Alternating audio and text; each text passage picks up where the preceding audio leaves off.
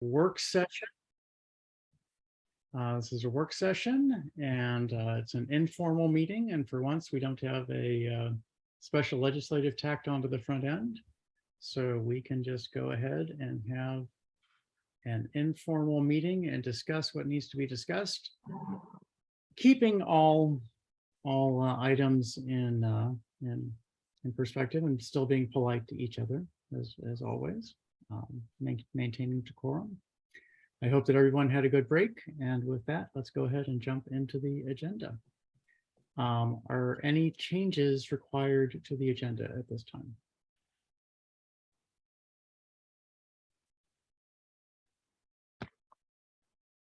Need to uncover the people to see if somebody's raising a hand. Okay. If no changes are required, are there any conflicts of interest for agenda items that any council members need to declare?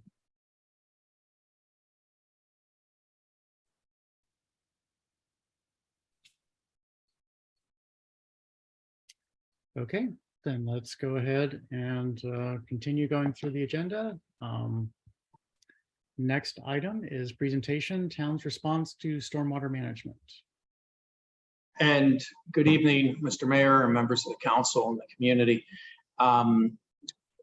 What you have in front of you in the staff memo is a fairly comprehensive staff effort over the course of the summer months to do what they're proposed to do, but the town, what the staff believe the town can accomplish as it relates to stormwater management and developing some programs, changing some existing programs, as well as working more closely with the county, whether that be through their municipal participation program or through our inspection of their infrastructure program. And so I'm going to turn this over to Ryan and Ivy and Jessica to kind of walk through the various things that we're proposing this evening. We're looking for feedback and direction. Some of these items still require additional investigation, such as dealing with the rental licensing ordinance and whether the council would like to explore additional requirements for those types of properties. So with that, Mr. Shelton, would you like to begin walking us through, and Jess and Ivy assist as we go? I would be happy to. Good evening, Mayor and Council, members of the public. As the town manager mentioned, there's a lot of components to the Riverdale Park Resilience Initiative, and I will go over some of the amendments to our existing programs and codes and some of the proposed amendments, as well as some of the proposed new program, and then I'll hand it off to Ivy to talk a little bit about our partnership with the county. So to start off, the first proposed amendment is an amendment to the Emergency Repair Grant Program. Currently, the Emergency Repair Grant Program has a maximum amount of $2,000 for emergency repairs, but the town staff has seen that in the case of a natural disaster, often the flooding damage to the home can rise to be much more than $2,000 or $4,000 that would qualify them for the maximum amount. So it's the staff's suggestion that to increase the maximum amount to $5,000 in the case of a natural disaster. So if somebody were to able to demonstrate that they have had damage to an emergency appliance or an appliance that would require an emergency repair, that maximum would be increased to $5,000. The second program amendment is a proposed change to the rental licensing program. The idea is to have additional requirements for those who are applying for a single family rental license and multifamily rental licenses. Often the renters are the ones suffering from the flood damages.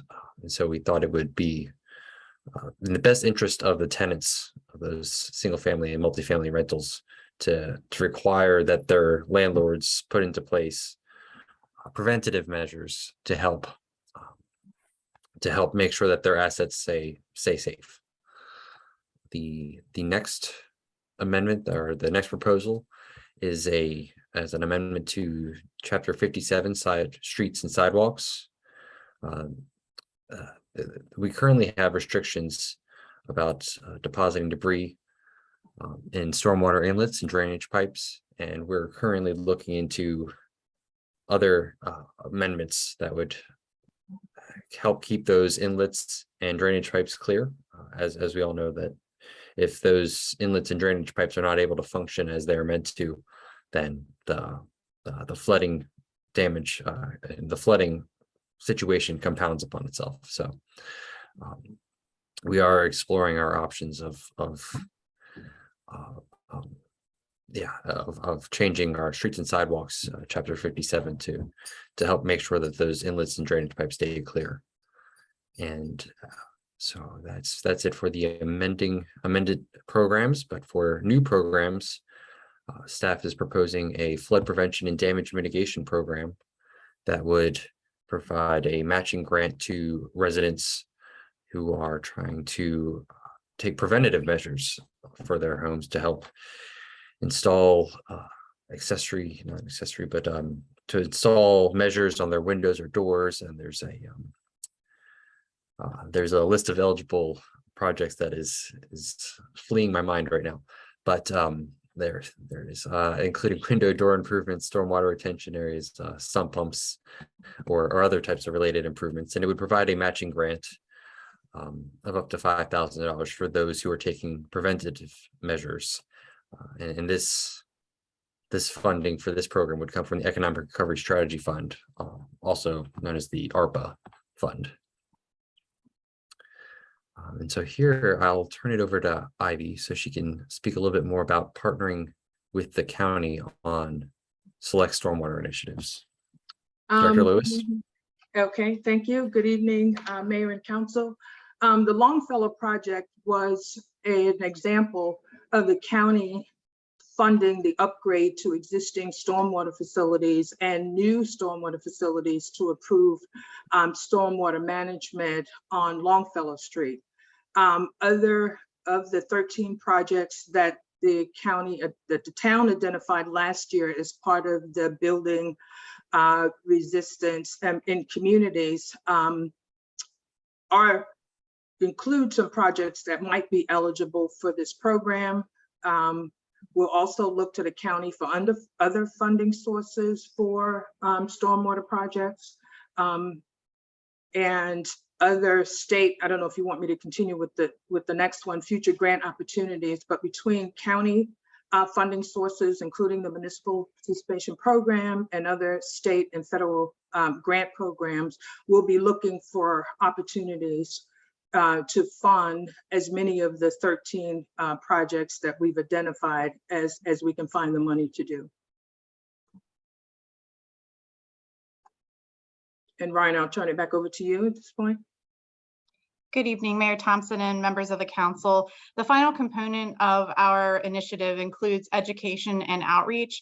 Staff will create a hub, an information hub on the website with links to important flood resources. And some of the examples of the information that we'd like to include are maps detailing the floodplain, which will allow residents to determine their risk levels, links to county and state agencies that assist with flood recovery, county, state, and federal resources related to flood prevention. There's a lot out there, and additional grant opportunities for residents to prevent flood damage. So we'll pull all of that information together, we'll research it, and we'll put it out there on the website for our residents, similar to what we did with our COVID-19 Information Center, but this will be specifically for flood-related resources.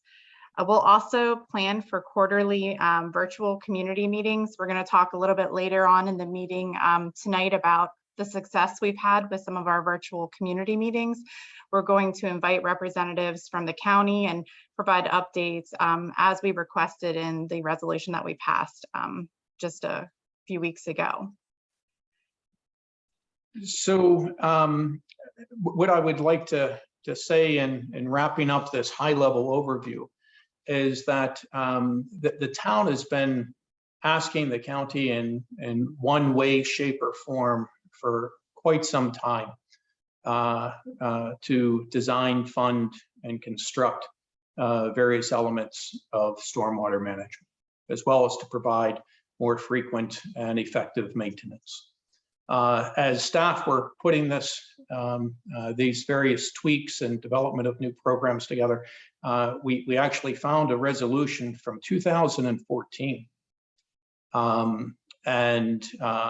It was a resolution passed by the town council calling upon the county to act. And so we're here 8 years later, and the council recently passed a resolution calling upon the county to act. The county has sent a response, which I believe Ms. Barnes has forwarded to the full council. And as indicated in this memorandum from staff, there's a kind of a middle of the road, if you will, response, saying some things are in progress, some things need further exploration and evaluation, and some things the town should talk with either the state or MNCPPC directly. And what staff is suggesting is that we act, that the town act within its resources. The one area where the town or the county's response has been silent is to stand up short-term assistance programs and provide the early warning water sensors to assist our residents in better understanding or being alerted to, I should say, when a flood is most likely. And so this evening, very high level walkthrough. Much of this is still very fluid, but what we would like to do this evening is to receive the input from the mayor and council and members of the community.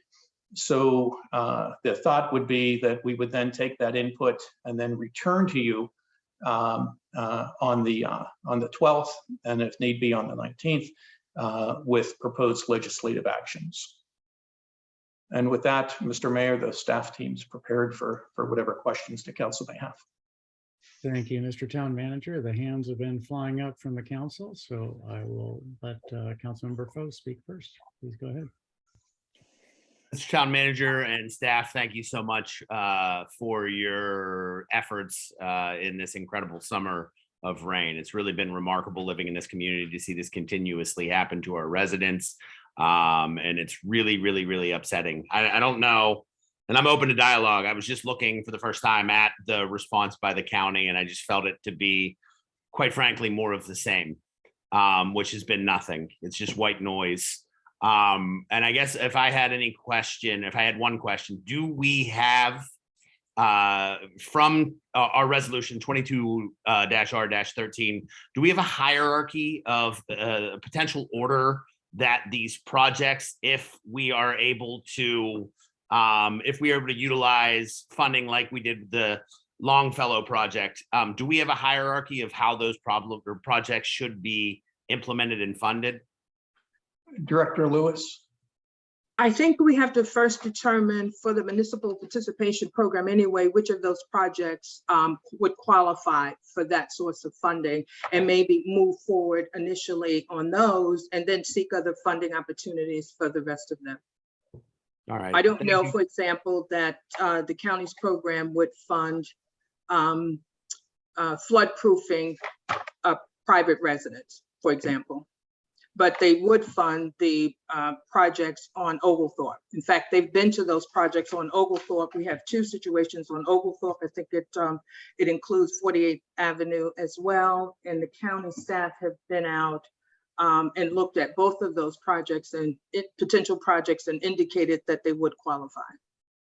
All right. So that's where we would start on that list of 13. Thank you so much, Director Lewis. I appreciate your information. Thank you. Councilmember Siddiq, please ask your question. Regarding the staff has noticed some of these charges are more than our $2,000 allotment. Have you quantified if they were funded at 5,000, what the impact would be? And what's that impact on our budget? Director Chelton?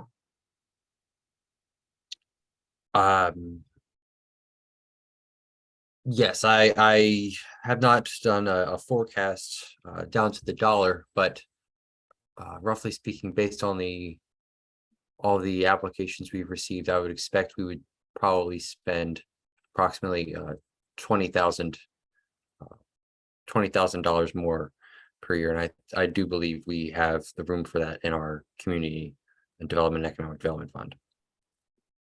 And secondly, on the matching grants, in my personal experience, the thing you want to do first is to landscape your property so that the water doesn't get to your house. But I don't see landscaping addressed as one of the matching grant things. Is that an oversight or a reason? This was not an exhaustive list of all the eligible items, but I will make sure that that is one of the items as well. And I believe we had listed, for example, in the memo for a water retention area. And so we can expand on that language to include grading. And I presume that's what you're referring to make sure that the property has a positive slope away from the foundation walls. And yes, so we'll expand that language, sir. Okay, thank you. Councilmember Smith.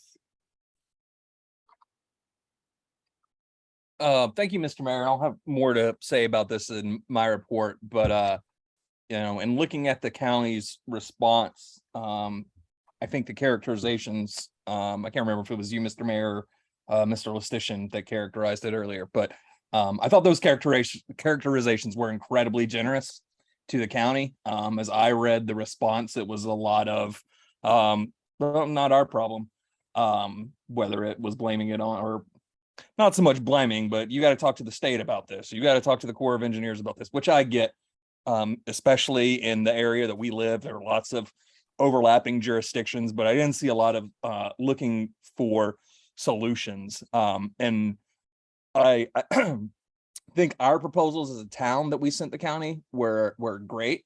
But it seems as though I don't mean to put a but there. The proposals I've seen so far are things that are within our means as a town, or what we can get from the county. And I haven't been at this long, but it seems to me that if there were things that could fix the problem that were within our means and were easy to accomplish and we could get the county to do, we would have done them. And the problem continues to grow. We know that it's not going to get better. As you know, I've repeated in this forum, we literally have to consider climate change in every decision we make as a town. This obviously being one of them. The frequency of these large storms isn't slowing down. If anything, we're going to get more of them, and they are going to be more frequent, and they are going to be stronger. And these, homes, particularly in my ward, some of them have been there 100 or more years. If these storms were coming at this intensity and this frequency for a century, those houses would not still be there. And I won't live to see them, but I hope that my grandchildren will see them still there in that neighborhood 100 years from now. So whatever we can do as a staff, and I applaud the effort. I applaud, all of the suggestions. This is great stuff, but I think we can think bigger, right? And we need these things that are more accessible, that we can do quicker, that aren't sort of, close to pipe dreams. But I think if we could start thinking, to me, as I look at the problem, and I'm not an expert on this stuff, but it looks like something that is going to need massive investment on a state scale, a federal scale. And again, I'll have more to say about that in my report. But I hope that we are, in addition to the great stuff that we recommend to the county and the stuff that we've been asking for and fighting for, that we're thinking bigger than that. And if Congressman, soon to be Congressman, hopefully, or whoever is the next congressman for our districts after in January, came to us and said, what could we give you to fix this problem? that we're considering how we would answer that. Of course, they're not going to just throw money at us, but if we ask for $20 gazillion, we might get 5 million, right? So I hope we're looking for things that are bigger ideas that could really address this problem more so than the county seems interested in doing, which to my eyes didn't look like much. So that would be my input on that, Mr. Mayor and Mr. Town Manager. And Mr. Mayor, can I respond? Please. Thank you very much for that, council member. And I think it was my characterization, and I was working to be generous in my characterization there. I assume so. And trying to choose my words carefully. I do believe, and Director Lewis, I'm going to ask you a question here in a minute. If you recall from our brick, the projects that we packaged for brick, how much money we were asking for in that process. I'm thinking one was like 4 million and one was maybe about the same. Is that correct? That sounds correct. I'll find the report, and if it's different, I'll report on that. Okay, so council member, in response to your question, we packaged some projects and sent them to the county for consideration in their brick application, which our projects were not selected, and then the county selected others and were unsuccessful in their application. But we were looking at eight or so million dollars that we were asking for from the county. As indicated in this staff report, we agree with you, sir. Yes. Everything we're suggesting is what we think we can do with our budget, and to try to help. But the bottom line is everything in that resolution you all passed, in the correspondence, in the attachment, and then some needs to occur to properly serve our residents. That's the staff opinion. Yes, sir. And just to be clear, I in no way meant it to impugn the staff effort on this. I think you guys are doing a fantastic job. I went through, read the whole itemized list of our requested projects, and tons of stuff that would be major investment stuff that I wouldn't have thought of, which is why you guys are staff and I'm not. I'm at a loss at the number of times I've had to send text messages to leaders outside of community and we're not getting anything. So it seems to me what our town needs is bigger than what can just be supplied to us by the county, and the staff is going above and beyond, and I do appreciate that and I do recognize that. I'm just thinking about what more we can do if we could get everything we could possibly want to fix this problem. And we appreciate your support in that, sir. Thank you, Mr. Town Manager. Councilmember Lingua, your hand is up. Please speak.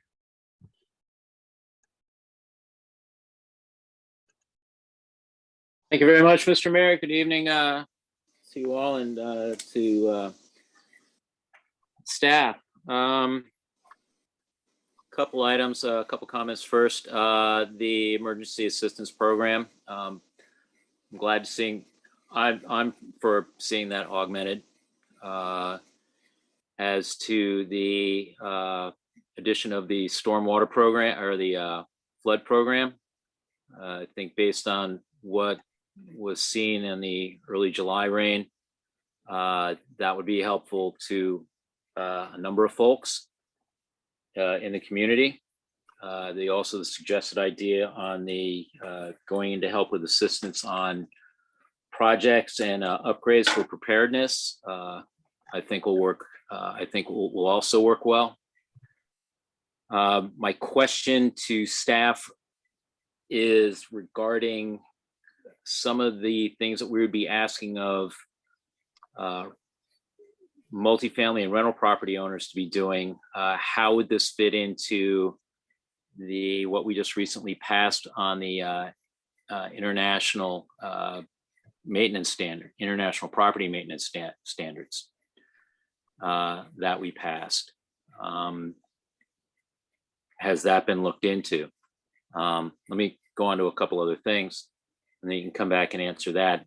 Regarding the letter that came from county, I think one of the couple approaches that we could take in terms of response, because this is going to be a back and forth. This isn't, one letter there, one letter back, and okay, that's it. I think my suggestion as to a response is on any number of things that where they say, this is part of an ongoing process and we'll get back to you. Any of those number of those things is really start putting asking for a defined timeline as when they would be responding back to the various questions that we have. It may not be all at once. And maybe they want to reply to one first. Maybe there are parts of our requests that we want to prioritize in terms of getting a response back. I think also the fact that we have in the loop our state representatives. If we want to start including the staff over at the federal level, I don't see that as something that would hurt. At least then they have background if we come asking to them for larger things. As well, one of the things in the letter that was brought up was getting the involvement of PGCMA. I think if this is something that we're able to share with PGCMA and show to them what we're asking of, hopefully the other municipalities will follow, if they haven't already, would be encouraged to follow the similar requests and have similar queries to county. And also asking for when county would be back to them with answers to their priority concerns. As we saw, we did in 14, we asked, I'm not sure exactly what the response we got back from county other than some programs, but perhaps not enough as we're seeing to deal with issues specific to our area.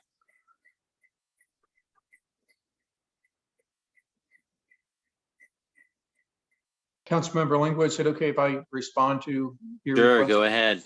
Or your inquiries? As it relates to the property maintenance code, if the town were to develop requirements for rental properties through the licensing scheme and say you are required to have these types of flood mitigations on your property as a condition of your license, that would be first and foremost in Chapter 55. But the maintenance and the continued existence of those that would require an amendment in the recently adopted property maintenance code. So we would require it in the licensing scheme, and then the property maintenance code would have to be amended, and it would be on the checklist whether or not those facilities were in good repair and properly functioning. Yeah, I'd figured as much. I was just, wondering if staff is already looking at language to do that. We have a call into Mr. Sussman. He has been out of the office for the past week. I think he returns at the end of this coming week. Okay. And, but that's something that we need to develop further with him. Okay. In reference to the response that the town received from the 2014 resolution, I believe that was focused on improvements to Wells Run. Right, which have been marginal at best. And so there's some other detail in the memo. And I guess first, let me say, Councilmember Lingwood, I believe it was your recommendation that we developed the emergency repair grant when we first did this in March of 2020. Yes, and so we're trying to take some steps here to expand things. But for example, we learned from WSSC that the floods caused some sewage to overflow in different areas. And that's why we're writing in like an eligible project would be backflow preventers that would prevent sewage from backing up into to people's homes. And I appreciate your insight on these, and what we're looking for whatever ideas that you all have to incorporate, so we can come back in a few weeks with something that's fleshed out more thoroughly for you all. Okay. I had one other thing I was going to ask about, and it was just on the tip of my tongue, and now it's escaped me. And it's going to probably come back to me 3 minutes too late. So I'll just get back to you on an email regarding what that point would be. So I'll leave it at that. Are there any, I don't see any other council hands up. Are there any public comments this evening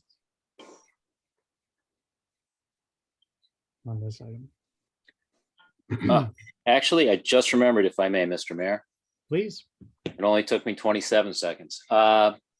Regarding the Longfellow project and how we approach that with county. My thought is on that is if we're able to work with county more to be able to undertake such projects and be a working partner with them, so long as they can assure us that when we need inspection, certain inspections or verifications from an inspector coming out to make sure that something is done right, that it can be done in a timely manner. And that we are aware up front what it is that is going to be required of us, quite clearly, and in their entirety, specs, qualifications, and steps along the way that we need to be meeting in order for this project to move forward in a timely manner, and for them to be able to come and inspect work and comment and give feedback in a timely manner as well. And I think if we can do that with them, if we can come to agreement with them on that, then I think that's something that allows us, as I'm hearing recommended, it's a matter of being able to take some of these matters into our own hands and alleviate all the obligations that county has to other areas.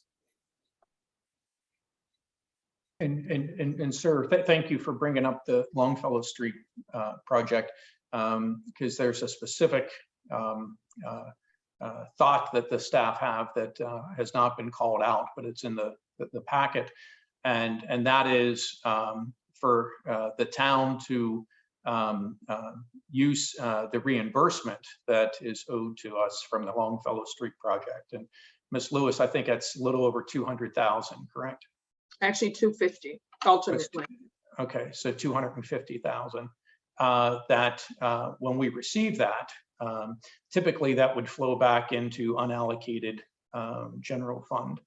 And but if the council so directs, we could create a stormwater management CIP and use that money as seed funds to begin engineering on some of these projects.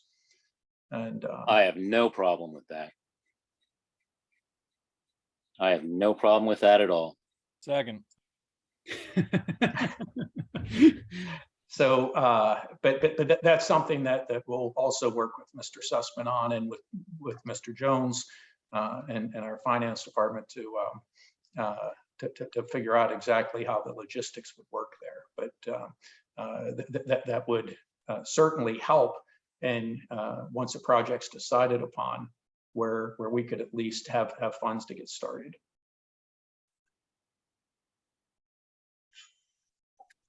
Okay, any additional council or public comments on this presentation?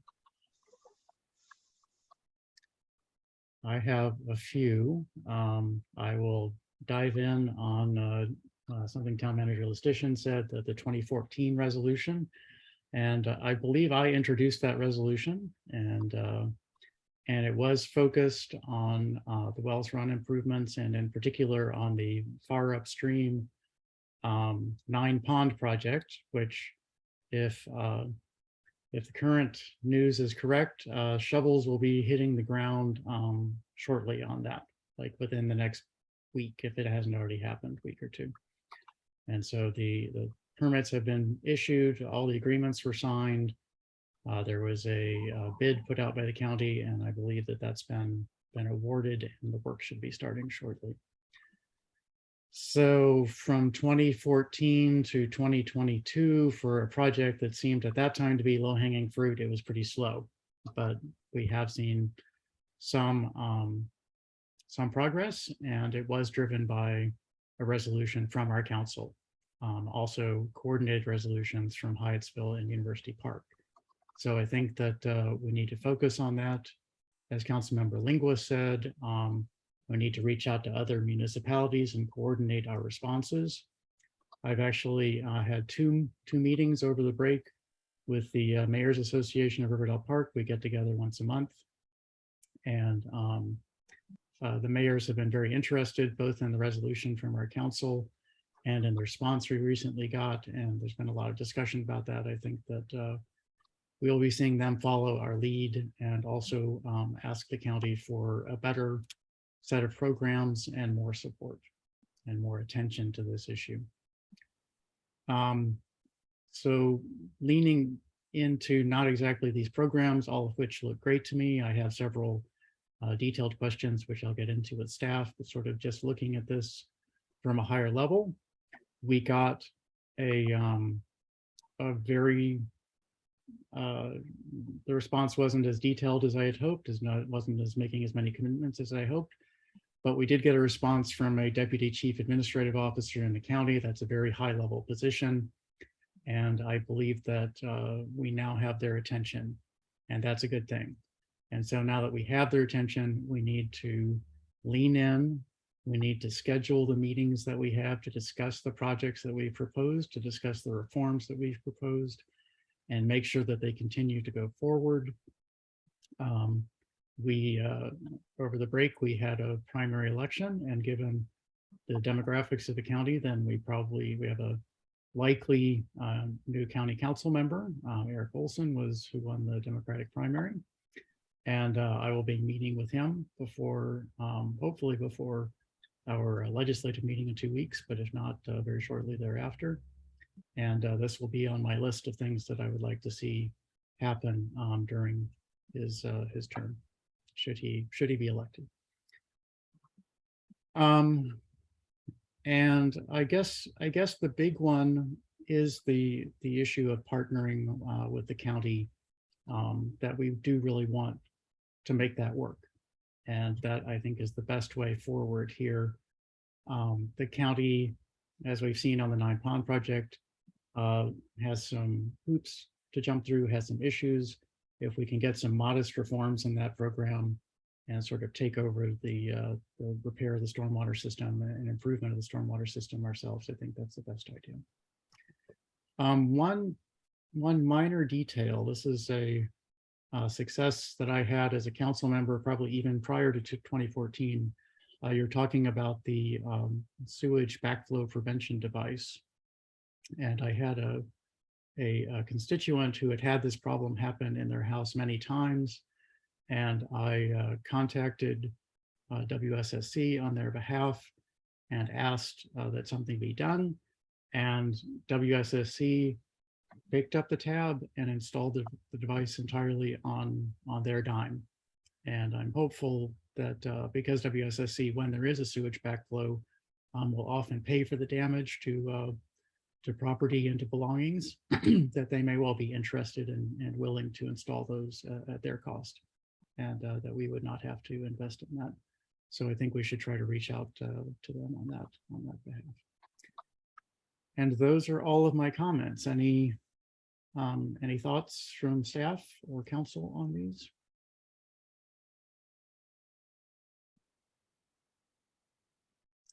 Councilmember Foe.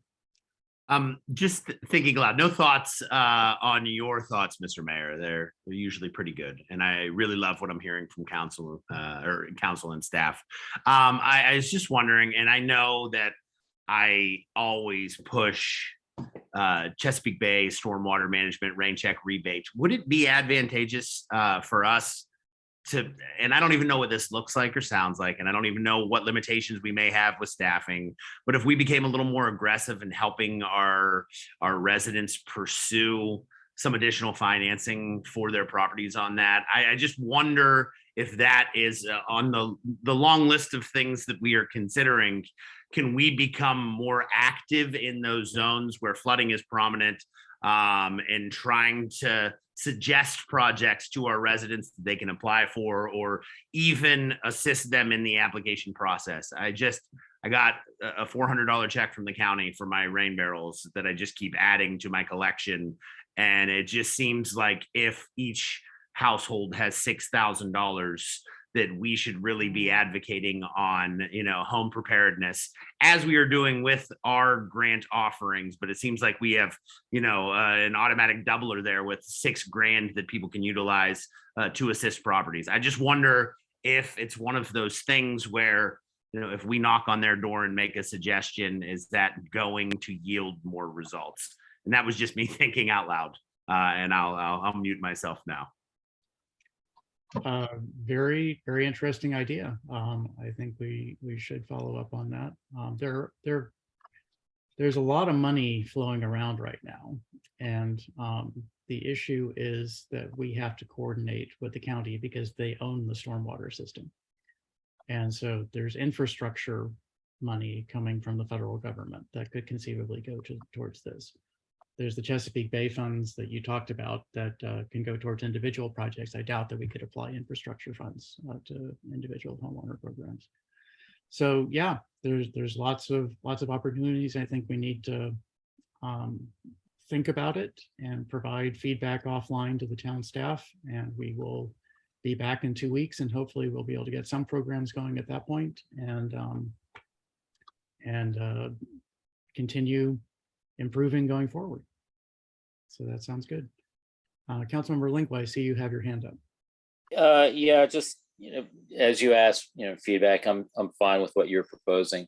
In terms of what the idea about encouraging folks to do that, sure, we can. Some of it, sometimes it might be just, leading one to water and them deciding whether or not they want to drink. But that's to be expected, but it doesn't hurt to try. So. Sounds good. Okay, is there any more discussion on this item? Mr. Mayor, the staff team just wants to thank you all for your input and recommendations, and we will flesh those out and have this on the draft agenda for you for the 12th. Very good. And I think we on the council all want to thank the staff for, again, spinning up several ideas over a very short time period. And as you did back in March of 2020 for the COVID response. And so thank you all very much for taking up the issues as they hit the community and figuring out ways we can address them. Okay, moving forward on the agenda. I guess I'm next with the mayor's report. I have just a few items to cover on my report. I don't believe this had happened before our last meeting. We heard about the death of former council member Ellen Heineke. She was on the council, I believe, when I first got involved with town government approximately 1 million years ago. And we received news that she had passed recently. She was Ward 3 council representative for many years, and wish the greatest sympathy to her family and friends, and wanted to let everyone know about that. Also heard about the death of a long-term resident of Ward 1, Joanne Hampton. She had lived on Oliver Street for more than 50 years, and I wrote about her in my mayor's report. You'll see that coming out next week. And quite a woman. I had met her and talked to her a few times on her front porch, and very pleasant person and very community minded, and sad to hear the news that she is gone. Sticking with the topic of stormwater a little bit, I had some conversations with former Mayor Archer last week and the week before about our sister city program with Ipala. And he proposed a new and interesting direction, which was to have an intermunicipality, international discussion of stormwater management with our sister city, with officials from our sister city. And they have had some severe flooding events down there this summer.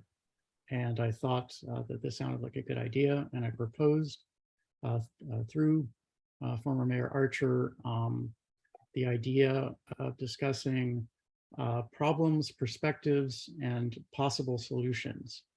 And so he was going to be pitching that to Mayor Javier. And so hope to hear back from that shortly to see if that's an interesting new direction. Moving on to another topic, COVID. I will keep this short, although I could go on for a long time.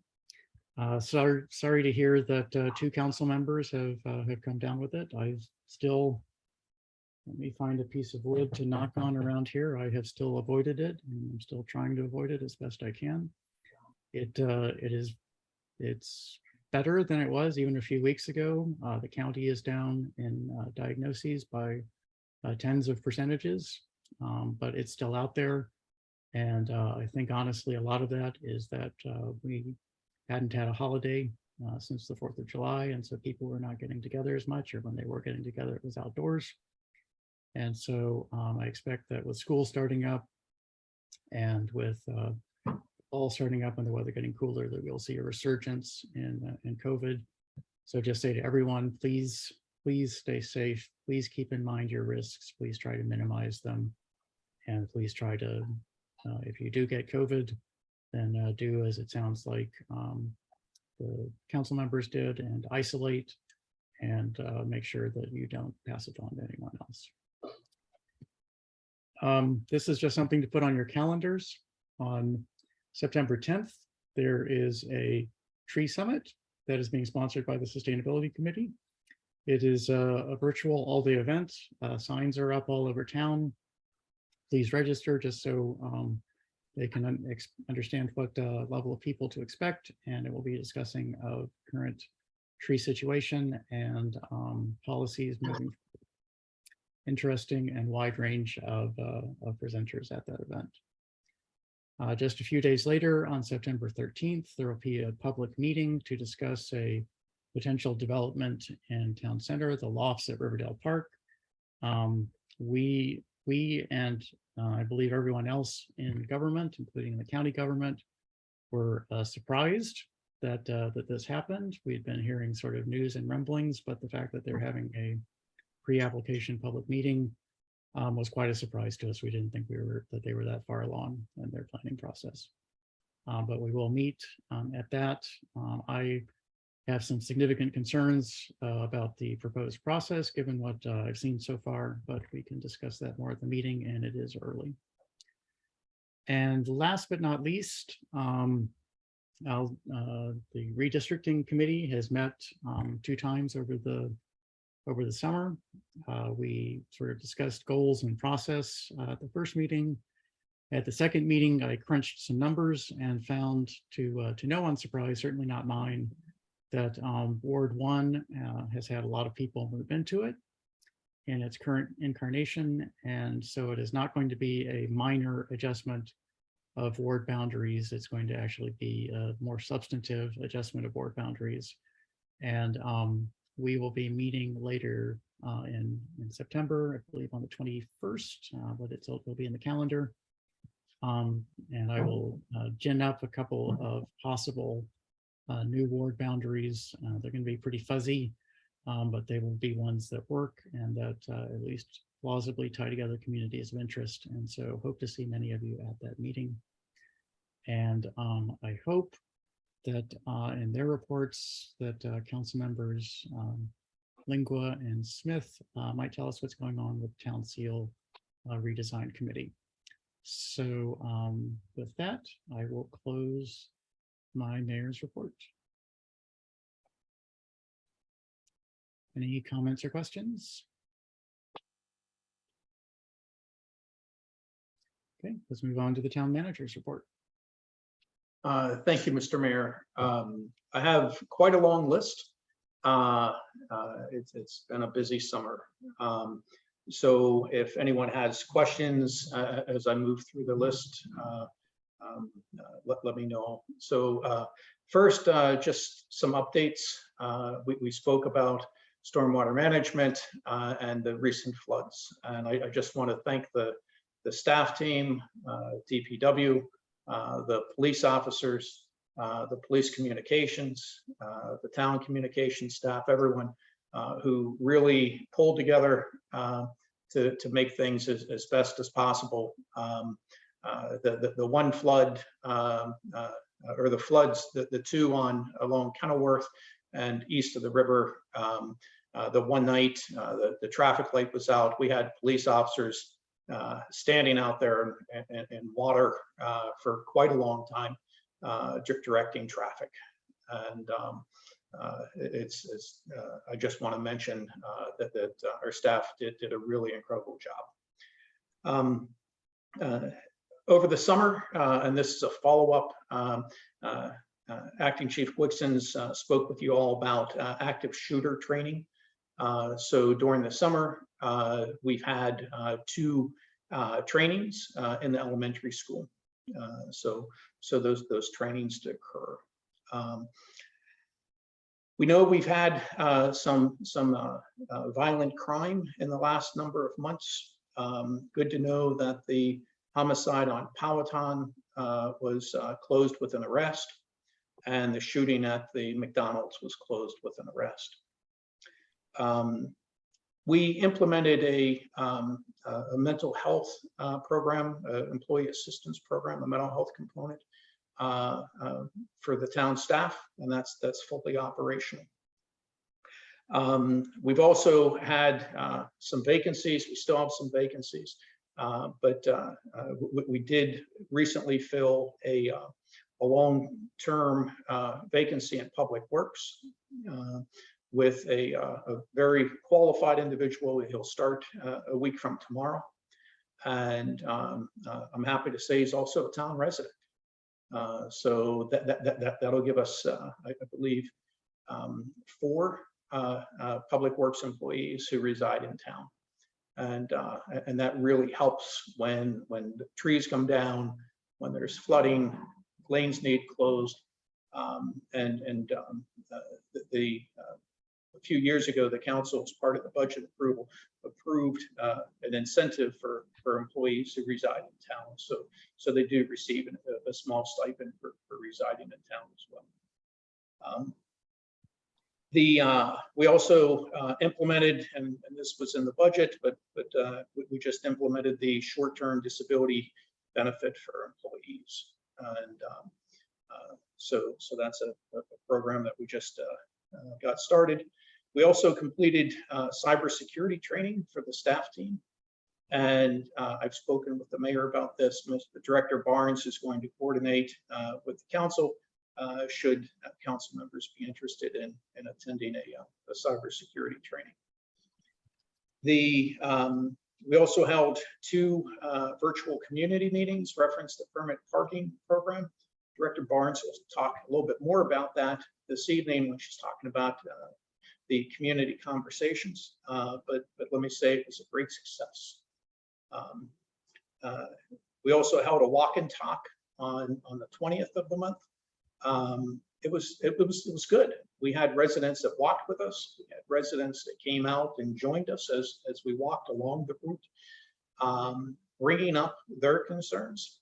And it was a good event. So I want to thank everyone who participated in that and the residents who decided to join and ask questions. We've already mentioned the Longfellow Street Stormwater project is complete, but we cannot mention that enough. The Longfellow street stormwater project is complete.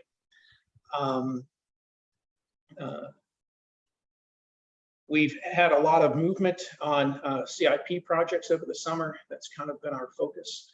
So we have a number of projects, and you'll hear about some this evening. We are putting together the invitation to bids, or have recently released invitation to bids. So we're making good progress there. We've also applied for a community parks and playgrounds grant for the tot lot on 54th for $225,000. We had previously applied and we had been turned down because we have an existing grant that's outstanding. But our project calendar shows that that project will be closed before this project will be awarded. So we feel fairly good about this $225,000 we just applied for. We have also been awarded an urban tree grant for $41,000. So I want to thank staff for that. We worked with Verizon to complete the last transition of copper lines. We still had some copper lines running to Town Hall, and that's been transitioned to fiber. So that completes all the copper line transitions. We had transitioned the lines in police communication about 1.5 years ago, and so this completes that. The Adam and Emily Plummer Park, we have a task order contract to move that project forward in terms of design. So that's happening. The neighborhood safety camera invitation to bid is on the street. We've received notice from the State Ethics Commission regarding required changes to the ethics ordinance. So we'll be working with Mr. Sussman, the town attorney, to draft the necessary changes and bring those back to the council. And Mr. Mayor, you mentioned a previous council member who recently died. I spoke with the mayor about this, and in a previous jurisdiction where I worked, when a current or former member of council or a prominent staff member would die, we would actually put black bunting up at City Hall in that case. But so this is something that that staff are going to draw up a one-pager kind of explaining what it is that we plan on doing, and we'll share that with the council if you have any input or questions on that. But just to try to recognize the fact that the town has suffered a loss, and so that's something that we'll be formalizing. In terms of upcoming meetings and events, good to know that town hall operations and DPW operations will be closed in recognition of Labor Day on September 5th. The mayor also he already mentioned the tree summit, but I'm going to plug it anyway. Tree summit. It's going to be a good event. I encourage folks to attend. The legislative meeting and the work session meetings for September, the calendar's a little different. So because of Labor Day, the legislative session's the 12th, but then the work session's the following week. So we have a really compressed time in between the two there. And then we have another community meeting coming up on residential parking permits. This will be the third group, and that is September 21st at 7 p.m. via Zoom. And that is for the Riverdale Park Station area. And that's all I have this evening. Quite a list, Mr. Town Manager. I'm sorry, Mr. Town Manager, could you repeat just that very last thing you said? There's a community meeting reference the residential permit parking on September 21st at 7 p.m. And that's to receive community input about what folks would like to see as it relates to residential permit parking.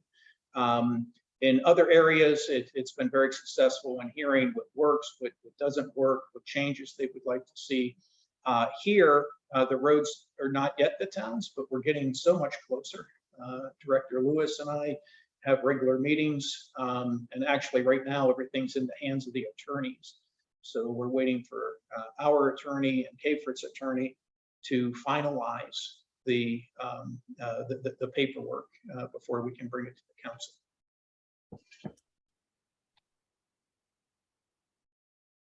And I was just advised of an update. I had something wrong. The security cam or the neighborhood safety cameras have not gone out yet. That's been delayed. So that was supposed to go out, but it has not gone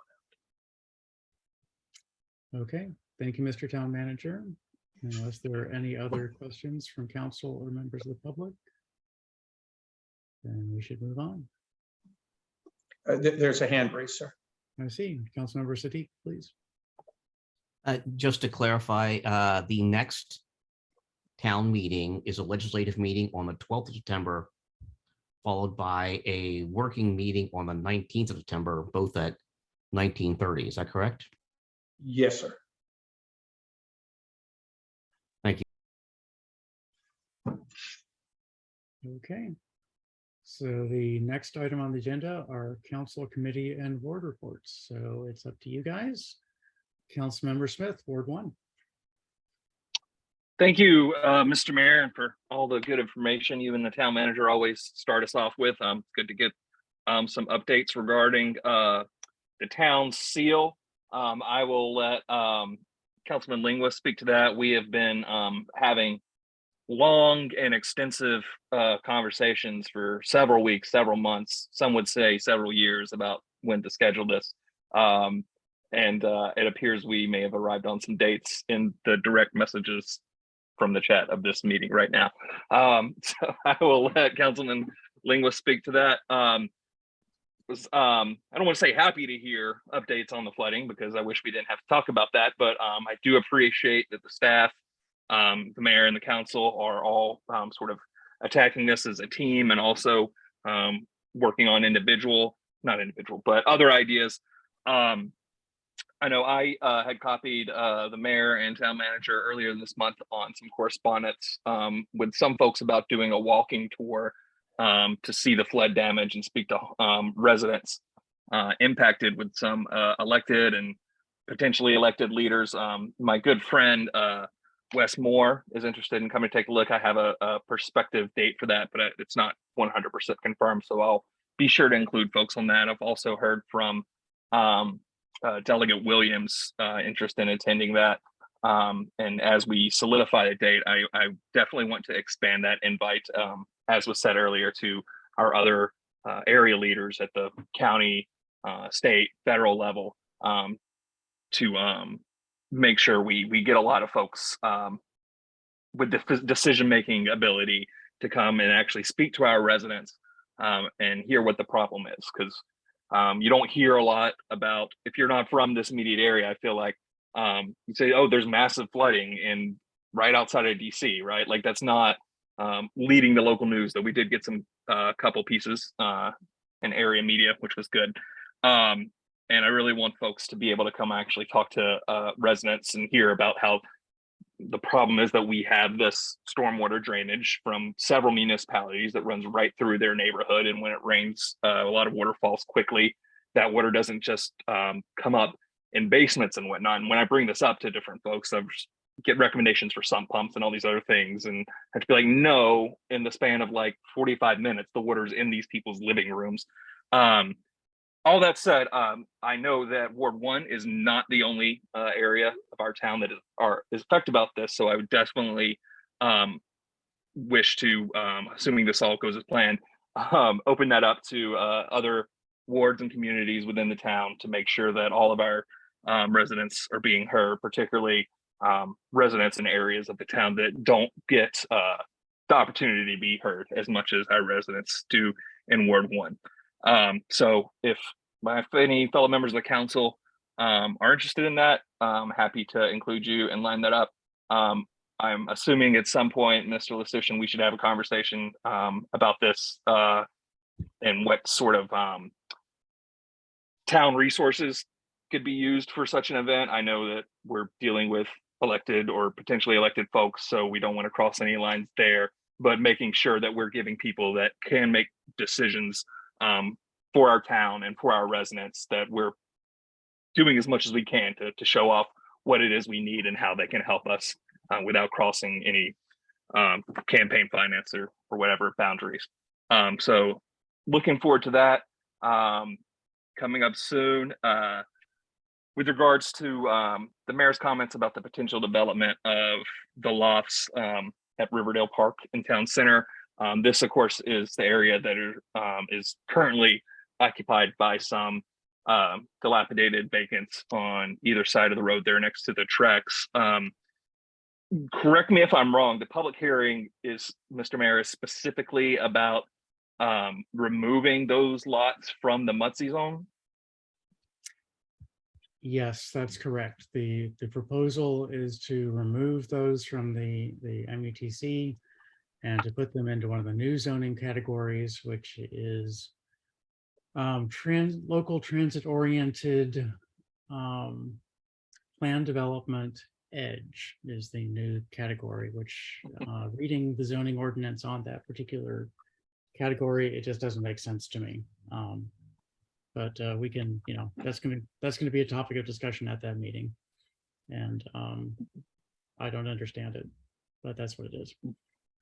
Right there with you. My biggest concern is that for folks who may be watching that are familiar with the MUTC zone and what it does and what it is, what I'll say to avoid getting into all the minutia of that is that there's a committee that decides what things can be built or how they can be designed in certain areas. Town Center is one of them. The mayor and I sit on the MUTC committee that weighs in on that stuff. And I'm very concerned that this rezoning would inhibit our ability to make decisions about what happens in our community. I personally am a advocate of denser housing in order to keep our community affordable for the folks that already live here and folks that we'd like to welcome here.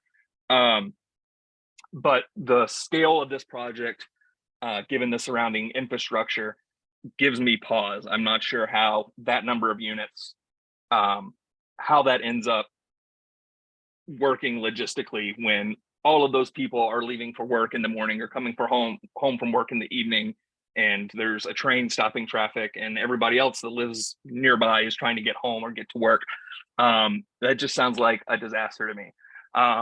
So I hope that we can keep this development zone such that we do have an ability as a community to weigh in on it, and that, assuming that we do have that ability, we make it clear to the developers, and thank you for that invite, Mr. Lestitian, that there would be an expectation of investment in the community, that if we're providing some things for them, for the developer, they're going to provide some things for us. And that is an area of town that we all know the roads are kind of confusing already without several hundred new units and new commuters going in there.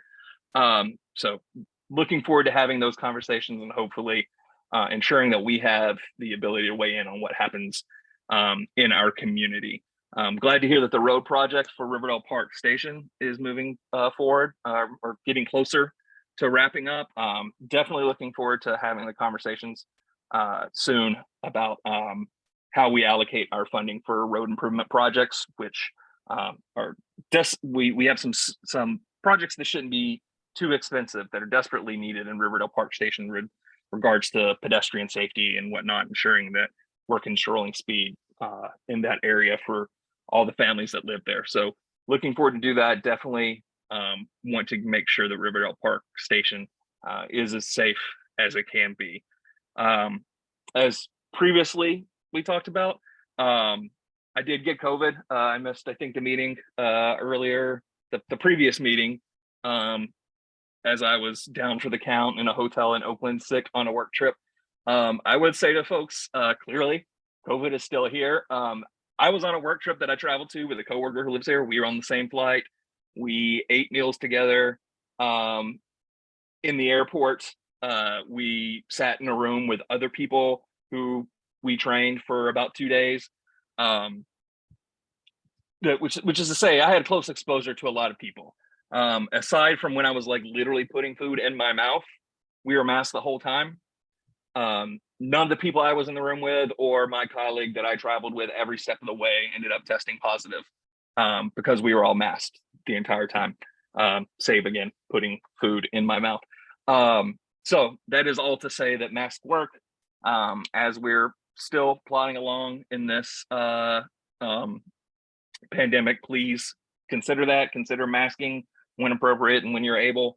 It can go a long way towards keeping more people from getting sick or worse.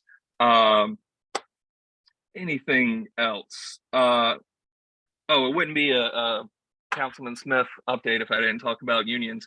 I was reading a wonderful article about tax incremental financing, which is, I believe, how we pay for the bridge going into Riverdale Park Station.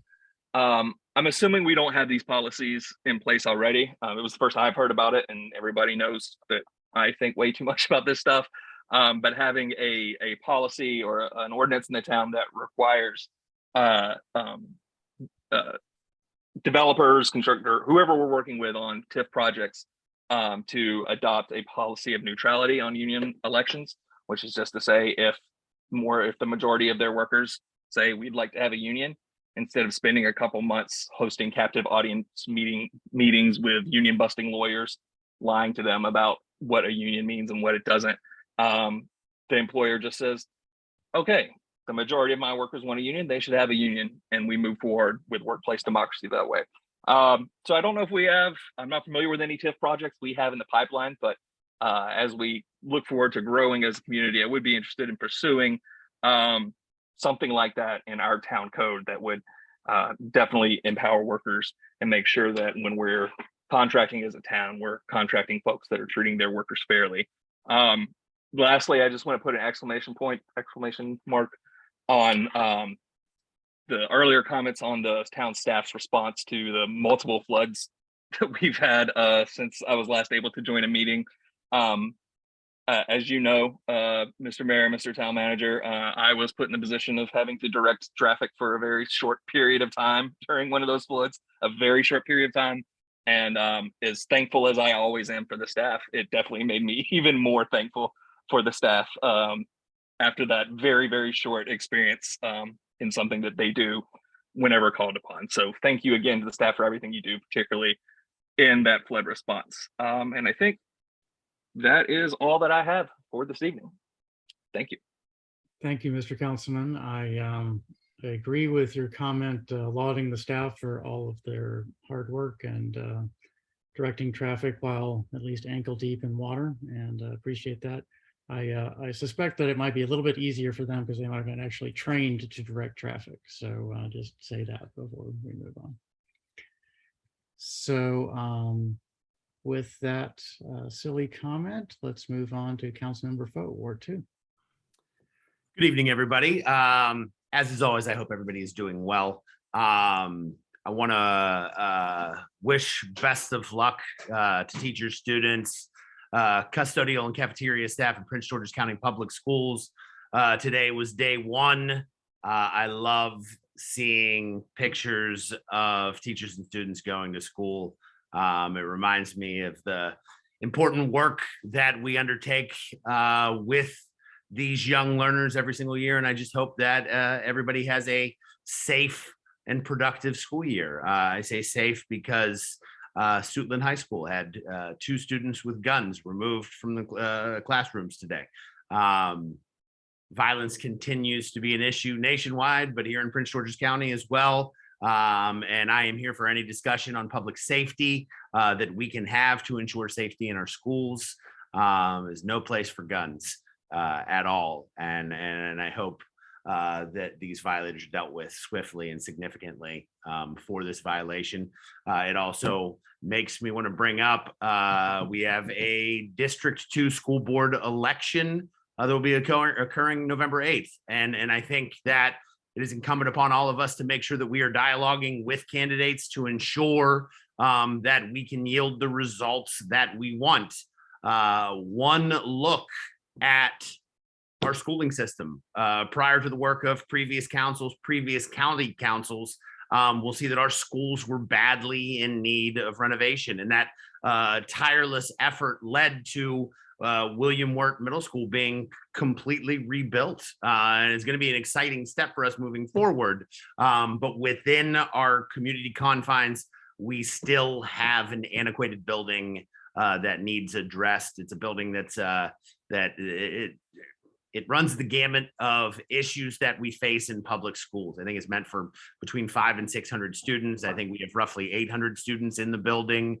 I believe I saw statistics in the last couple of years where we're roughly around 80% free and reduced lunches, 85% ESOL population. So we have specific needs in our community, and we need to be able to convey those to candidates that are going to actively fight on behalf of us. So please, if you haven't, start paying attention. Mr. Mayor, come on, the phone? I'm joking. It's my teacher response. That happens in the classroom all the time nowadays. What else? I received a picture from a constituent. I believe you know this constituent, Mr. Mayor, because you were in the picture. It was located on an MNC PPC property right near Waggertail Dog Park, and it appeared as though the vegetation was roughly 6 feet high. Continuing with, I drove past it, and 6 feet high was hyperbolic, but it is apparent that MNC PPC has not paid any attention to our park space again.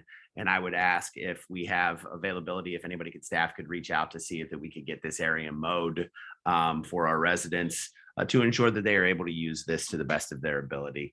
And lastly, for the evening, over this summer, I'm bored. I tune into redistricting meetings just to hear what is happening in our community concerning redistricting. And it's just really fun to watch how our mayor impacts other people. Specifically concerning data analysis and input and output and graphs that he's utilizing. And I talked to my friend Chris Fike, who's participating in the committee, and he made the statement because Alan said he intends on being part of redistricting for as long as he possibly can, longer than he intends on being mayor. And we're just a really lucky municipality to have you, Alan, and the fact that you wear so many hats for us in this town. Just continually want to say thank you for the efforts that you put on behalf of our community. And honestly, if you haven't paid attention, pay attention. He gives out graphs, and I saw you release, I think it was population data that had wards where they were located, or like ward, you know what I mean? Like Ward 1 is located here, and there's population density here, but there's also Ward 1 members live. And literally there was a gasp by the 3 other people in attendance that were like, holy cow, I can't believe you comprised that. And it's really unique to watch you in action, and what you bring to our community is something that our county couldn't bring to redistricting, and that is professionalism. And I'm really grateful to have you as our mayor. So thank you for wearing multiple hats on behalf of our community. It's appreciated.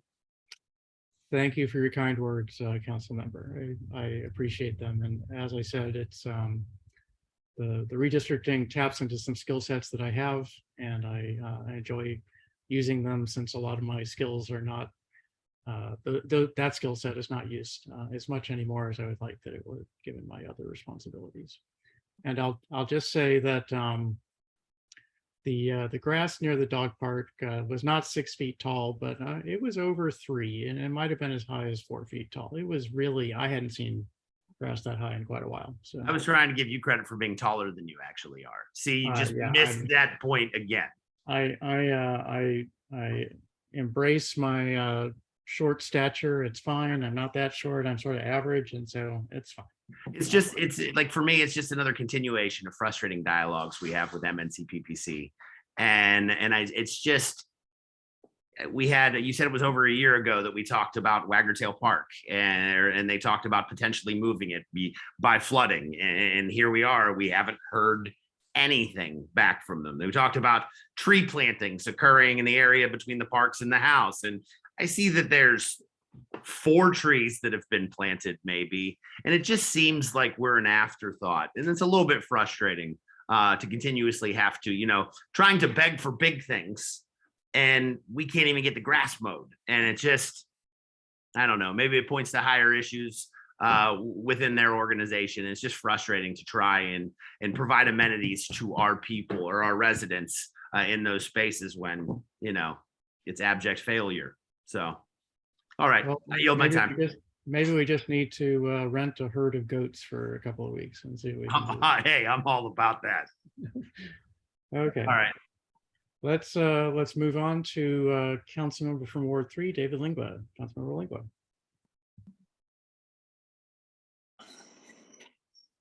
Thank you very much, Mr. Mayor. I'll keep this fairly brief. I'll have more for the September 12th meeting. But there are a couple of items regarding the Town Seal Committee. We'll be looking to schedule meetings this fall and winter and go from there to begin this discourse on what will come of the town seal in the months ahead, and a design to be decided upon. On another note, it's more a little bit of a heads up, and an early heads up, and I'll be talking about this a little bit more on the 12th as well. But as part of an effort to help with the pollinator projects we'd like to see started, and in helping residents who currently have gardens or are looking to start gardens and help towards this effort. A neighbor of mine in Ward 3 came up with the idea of a plant swap, a townwide plant swap, that an event that could be held both in the fall and in the spring of each year, so that folks could, if you have, say, buccoodles of hostas growing, or another plant that just propagates and grows, and as opposed to thinning it back and disposing of it, if you know someone who's looking to start a garden and wants some to plant, you would be able to do that. If you had something in return, great. If you didn't, it's not really a big deal. I think the main idea is to help people along, get gardens started, and to go from there. And there are a couple of proposed dates that we're looking at, starting from the 24th of September through the 22nd of October, weekend dates. Those are all Saturdays. And it would be an event that would be right around 2 hours each time.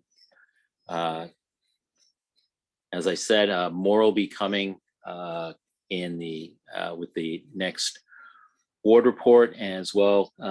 Look for information on the town website, through Town Talk, possibly also Town Announce, town's Facebook page, town's Twitter page. Am I leaving one out? Town Instagram page. Any number of social media outlets and platforms, as well as the website and through the town crier as well, in the coming weeks, in through October. That is the majority of what I heard for right now that I wanted to share with council now, and to make them aware of what's going on. Thank you, Councilmember Lingua. Move on to Councilmember Siddiq, Ward 4. Good evening. As I mentioned earlier, also, I did have a COVID instance myself, apparently contracted during the Lady Gaga outdoors concert at Nationals Park. So unmasked outdoors, but in a relatively speaking large number of people. And apparently that was the event that that finally got me. But Paxlovid to the rescue, and things seem to work out okay. Secondly, I have a question for the town manager, I suppose. We had a briefing months ago by VO Ride, the electric scooter people up in College Park, about extending their traffic down here. Have we gotten anywhere with that? We have not, sir. And actually, Director Ryan has reached out a number of times to VO Ride, and we're disappointed that we have not had a reply. So, Director Shelton, do you have anything most recent on that? I believe it was either last week or the week before. I'd actually tried to contact the CEO of VO Ride directly, and I still have not received a response yet. I'm going to try to see what I can do to elicit a response, though. I'm going to continue to try my efforts. Councilmember Smith, you have your hand up. Do you have something? This may be where Councilmember Static is going, but I was just going to note that I had seen the VO rides in Ward 1 both being used and parked to end rides. So I'm not sure how that jives with what we've heard from them previously, but it was something that I've seen multiple times, parked scooters in Ward 1, and had the same reaction that we hadn't heard anything further from them. So just making that known. Okay. Yeah, I think bottom line is in Riverdale, we have a large number of restaurants, grocery stores, and other stores that the students up in College Park might be interested in taking advantage of, and it's right down the bike path. So if that could work out, that would be a good thing for, I think, our town as well as the students of College Park. Yes, and to your point, sir, VO Ride has been and continues to operate in the town of Riverdale Park. The difference is they do not have an agreement with us. They have an agreement with University Park, with College Park, and with the university. We have tried now for is it about 2.5 years, Director Shelton, might be longer than that, to have them propose an agreement with the town. And that's why Director Shelton has reverted to trying to contact the CEO. We've given up on the staff member. So we hope we can get an agreement and bring that back to you all. Okay, and then finally, I'd like to express my concerns again on housing. We have a housing crisis in this area and in much of the nation. And any steps we take to prioritize things that aren't a crisis, like cars, do not help us solve the housing crisis. And as long as we prioritize the needs of cars over the needs of people, we will not be able to have the type of inclusive community I think most of us want to see. And so if you have a developer who wants to develop something and provide housing for the local area, let's enable them to do that as much as possible and deal with the concerns of car traffic and parking later. And this also extends to the idea of building a parking lot in perhaps the most valuable tract of land in our town, as opposed to building new housing. We're in a housing crisis. We're not in a parking lot crisis. And that's all I had. Thank you, Councilmember Siddiq. Councilmember Mejia and members Mejia and Mayers are not here. I heard from Councilmember Mayers shortly before the meeting, and Councilmember Mejia just as the meeting started. I haven't actually had a chance to read her entire message, but they would not be in attendance this evening. Councilmember Mejia, the first part said she had a work conflict. Councilmember Mayers has another conflict. That was unclear on the exact source of that, but they are not in attendance this evening. So that wraps up council committee and ward reports, and we are at public comments. Are there any public comments? Not seeing any hands go up, so let's go ahead and jump into work session discussion items. Item number 1, fence permit request for 4711 Riverdale Road, 6-foot wooden fence.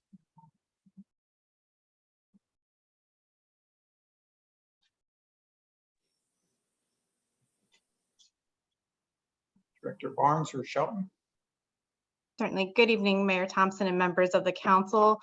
Staff seek direction from the mayor and council tonight regarding a fence permit request for a 6-foot wood fence at 4711 Riverdale Road pursuant to Chapter 66 of the Town Code. The town recently received a building permit application from Haley Traeger and Frederick Zilmer, both who I believe are here tonight, for the installation of a 6-foot wood fence in the shadow box style at 4711 Riverdale Road. The applicant has obtained a Prince George's County permit for the project. If Mrs. Traeger or Mr. Zilmer have anything they'd like to add about their project, please do so now. No, we have nothing further to add, but we're happy to answer any questions regarding the nature of why we're requesting the permit. Thank you. Okay. Council members, any questions for the applicant?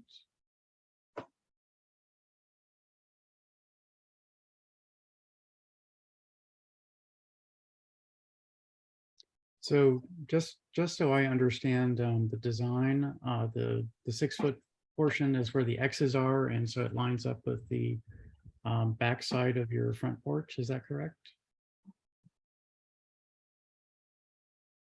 You're on mute, I believe. Apologies, yes. That is lining up with the back of the front porch, and the front part will be 4 feet, so it's not obstructing any view, pulling out of driveways, etc. Okay, and the house that's that shares that border with you has a front building line that's approximately the same as yours. Is that correct? Yes. Yeah.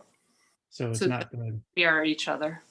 Right. Something that I always worry about when someone puts a fence up that's not at least towards the back of their house building line entirely is whether it matches up with the house next door. And I looked at the map of where buildings were on PG Atlas earlier today, and that's what it looked like to me. Just wanted to verify that.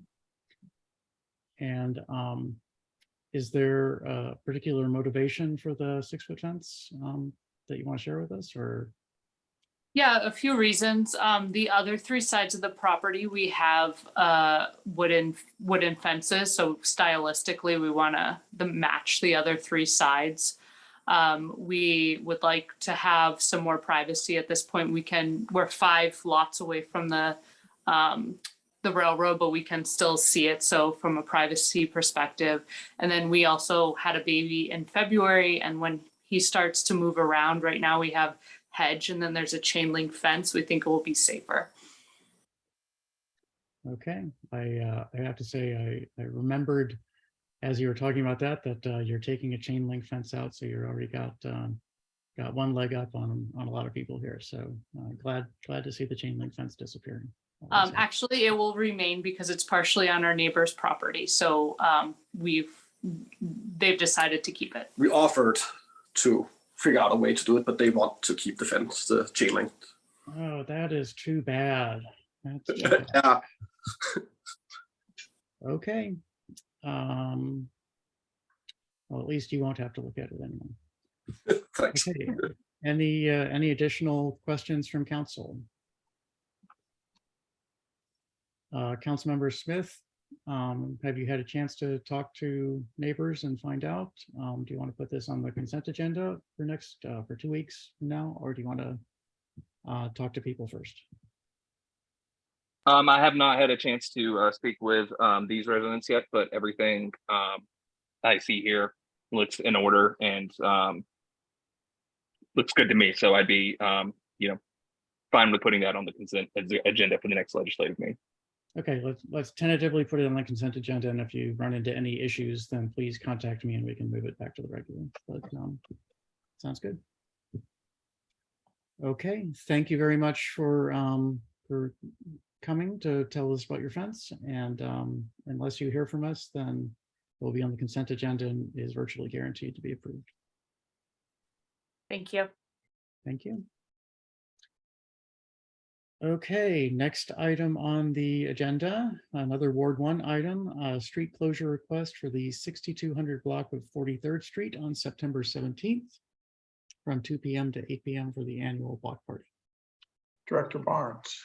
Good evening again, Mayor Thompson and members of the council. This is our annual street closure request for the 6200 block of 43rd Street on September the 17th. The only detail that's different this year is the hours of the block party are a little bit different from 2 p.m. to 8 p.m. We received notice from the city of Hyattsville that the residents had applied for a street closure permit. It's already been approved with the city of Hyattsville. They're waiting to hear back from the town. If you'll recall, last year we had provided the event organizers with some masks and requested a few things from them. One, that they follow the guidance from the CDC and any orders made by the governor, the state of Maryland, Prince George's County executive in the town, whichever is most restrictive. And that's pretty standard language that we even use in our grant agreements today. To the extent possible, we've asked that attendees should maintain social distance and wash their hands frequently. We've asked that there were no enclosed or closed wall tents.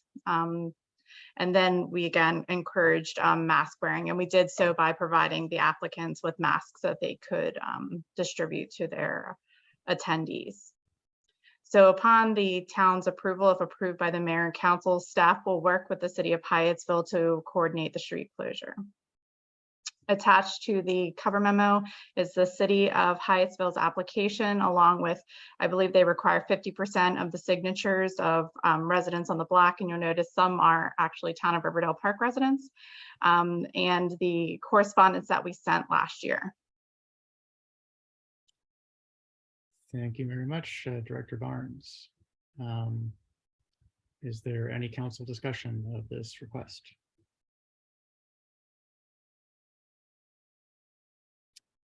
Councilmember Smith, any concerns with this, or would you also like this also placed on the consent agenda?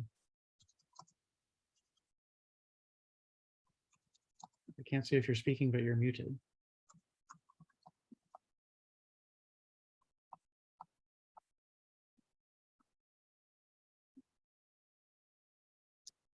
Are you speaking, Councilmember Smith? Because I can't, you're muted, if so. Perhaps frozen.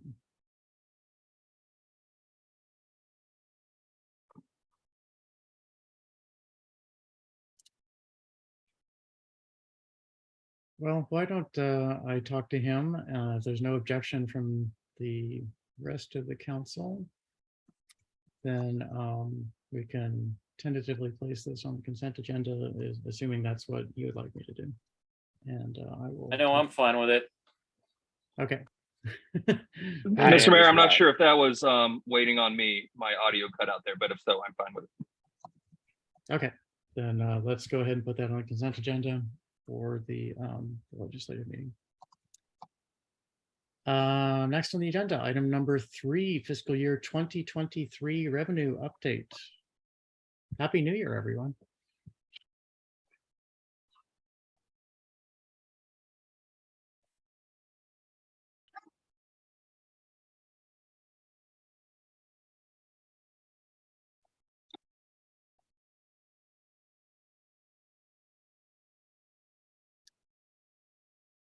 Is Deputy Director Jones presenting?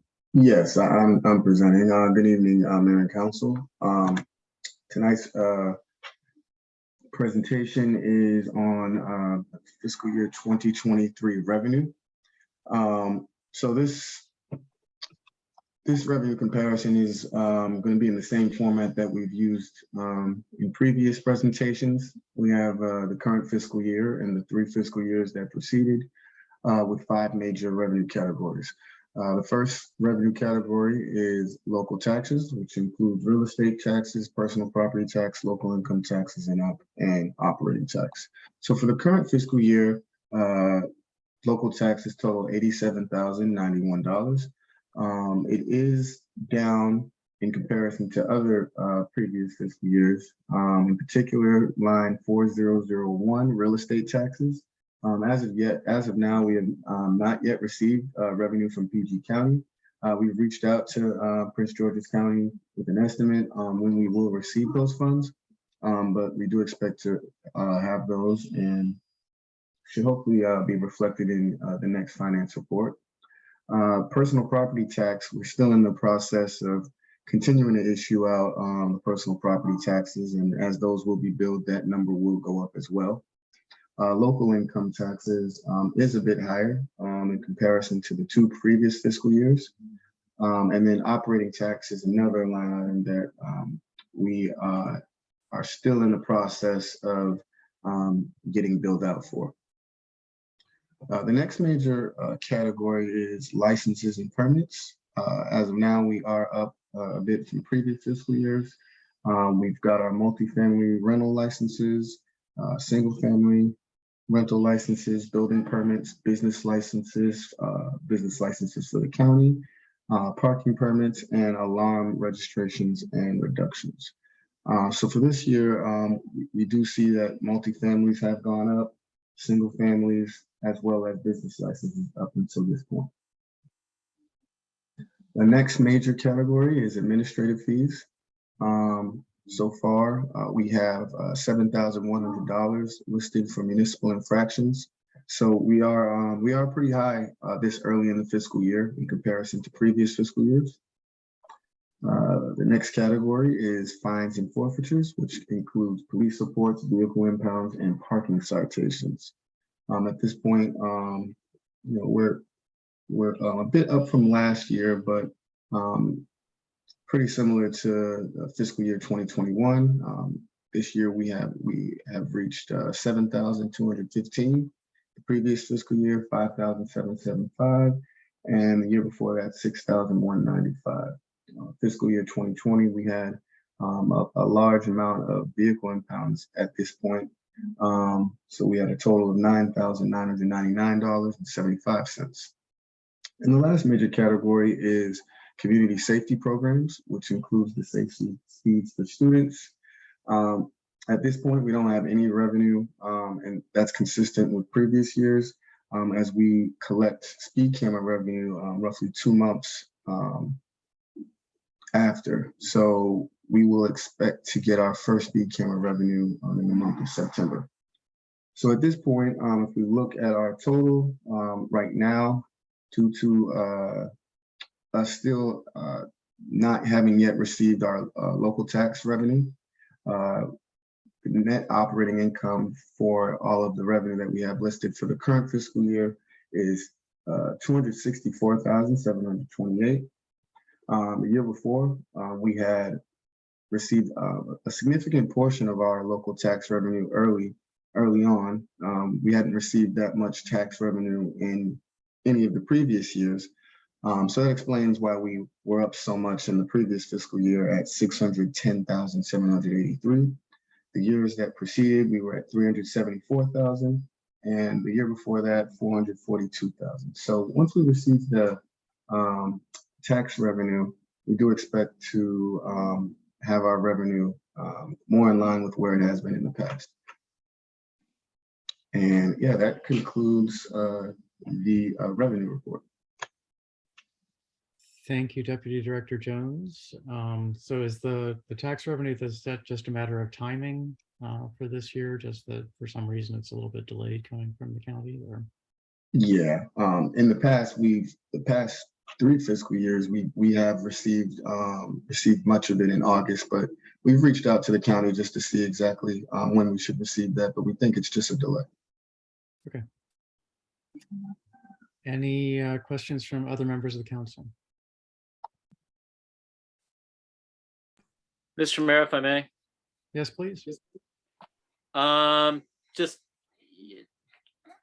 know it's an obvious question, but just to point it out for some folks, that on 4402 and 4401, those are numbers we're going to be seeing the months ahead. There's usually what, a 60-day lag on when there's a reporting on funds.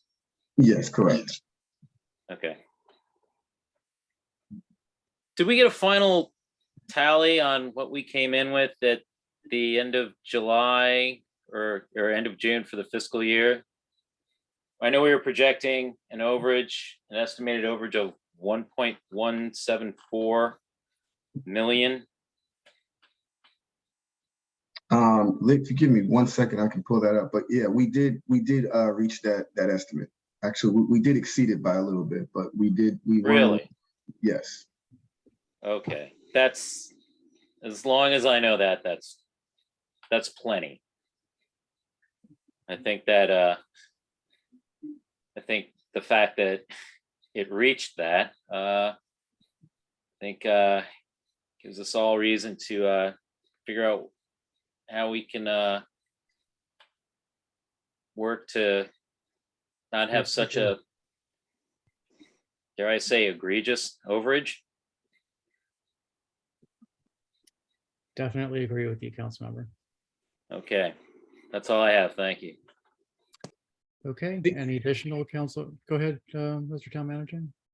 Mr. Mayor, if I may, just for clarity, so we're all on the same page, the revenue net expenditures for the previous year is the funding source to pay for CIP in the following year.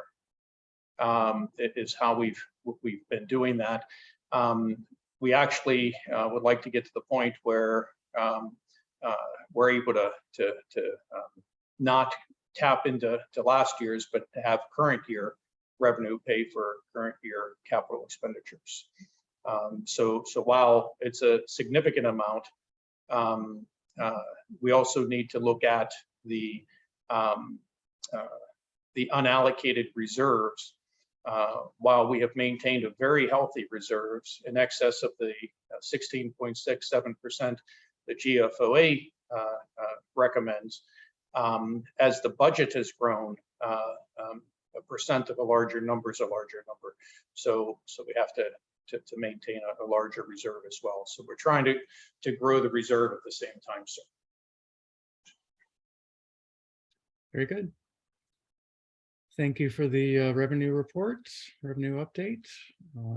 Let's move on to the next item on the discussion item list, residential permit parking program community outreach update. Director Barnes, can you handle this? Certainly, it's my pleasure. Over the summer, we held 2 virtual residential permit parking community meetings. One was held for Group 1, which were areas in town that currently have permit parking. We did some pretty extensive outreach to the current parking permit holders, as well as residents who live in the areas impacted by the current residential parking permit program. And the meetings were a success, a pretty great success.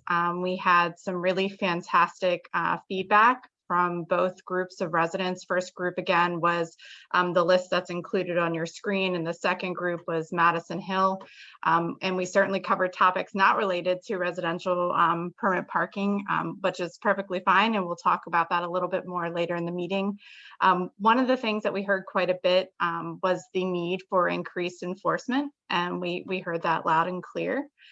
We heard, especially in Group 1, the need to expand some of the permit parking areas around the multifamily buildings, specifically in the 5400 block of Powhatan Street.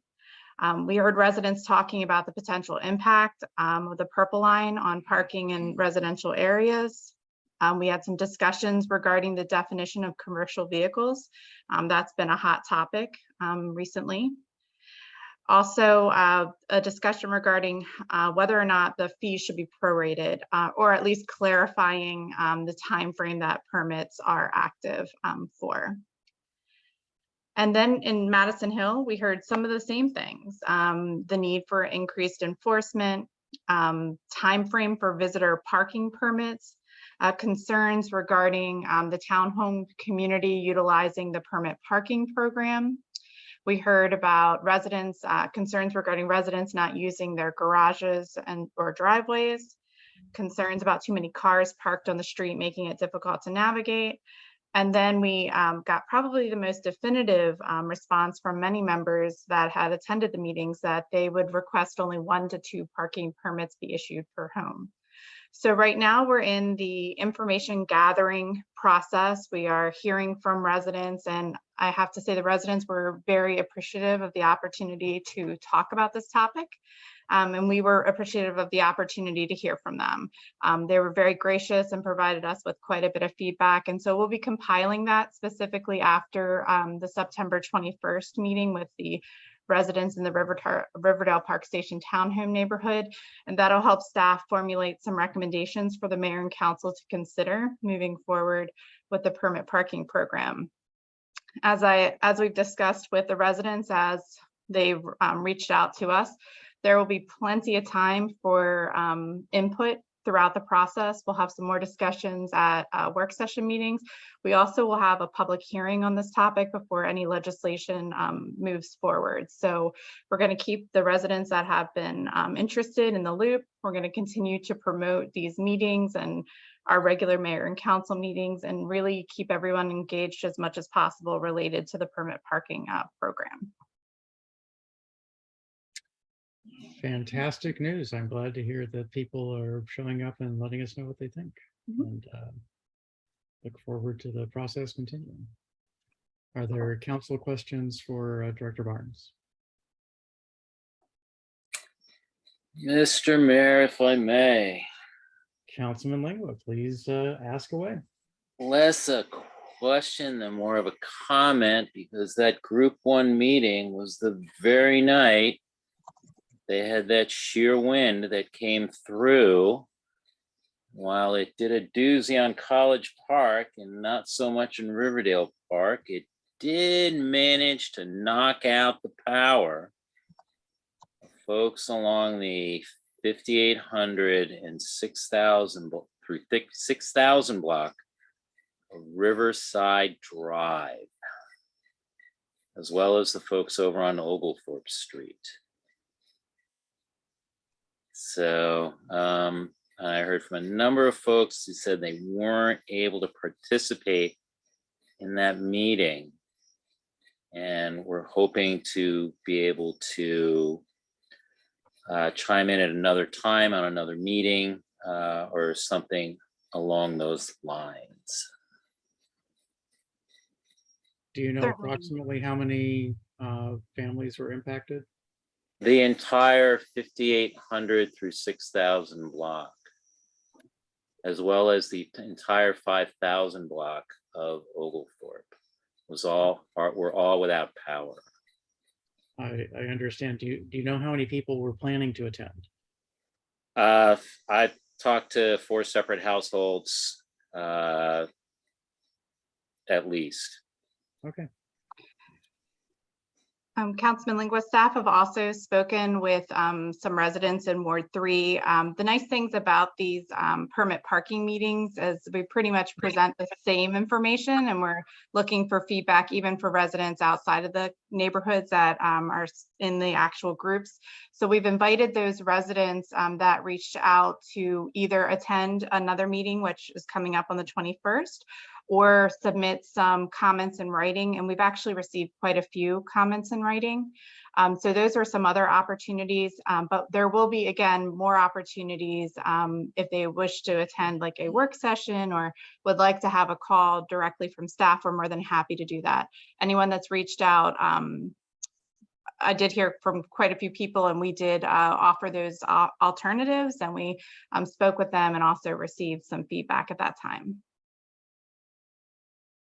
Well, that sounds good. And if that's in process, I think that probably should be sufficient. I will let folks know that if they do have anything else they wanted to add, or if they did want to add something, just to contact staff. That sounds great. Thank you. Okay, any additional council questions or comments? Hearing none, let's move on to item 5, the Rise Zone rental program.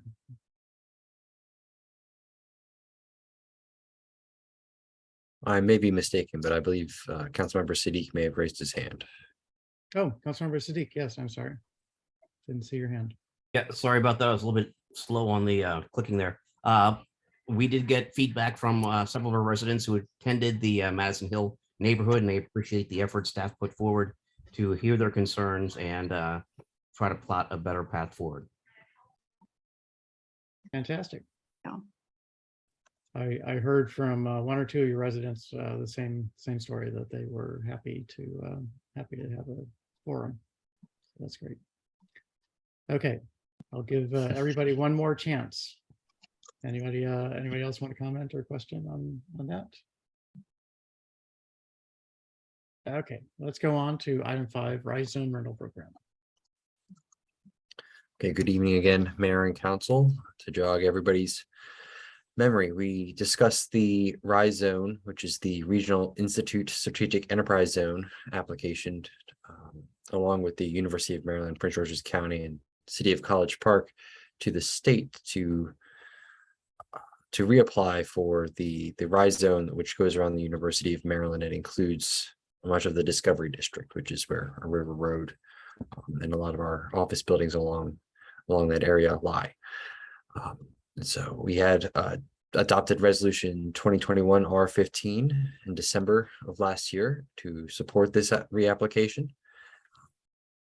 And the important piece of information I tried to impart in December was that the original design of the program was to provide incentives for businesses to move closer to the university and to partner with the university.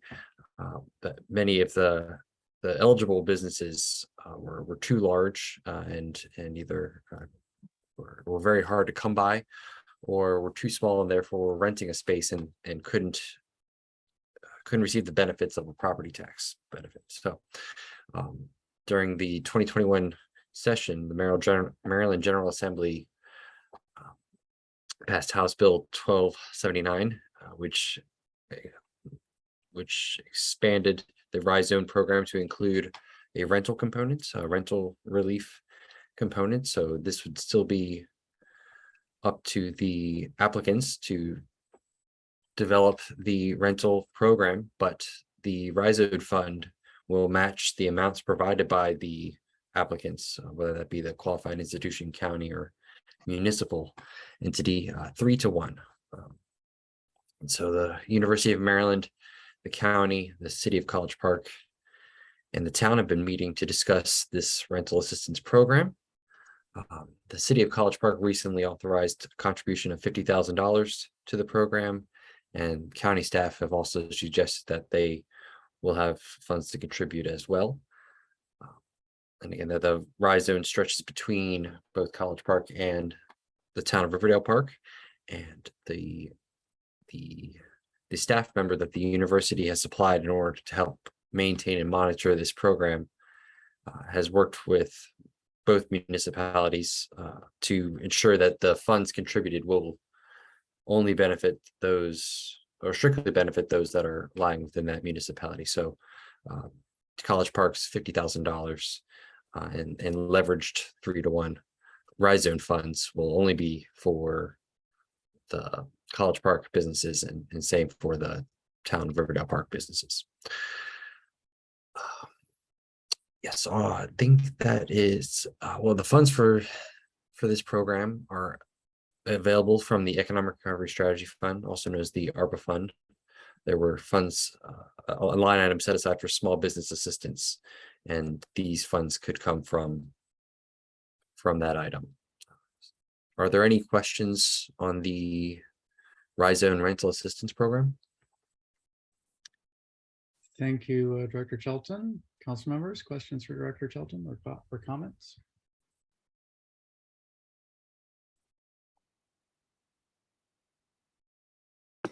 Mr. Mayor, if I may. Please go ahead, Councilmember Lincoln. Mr. Shelton,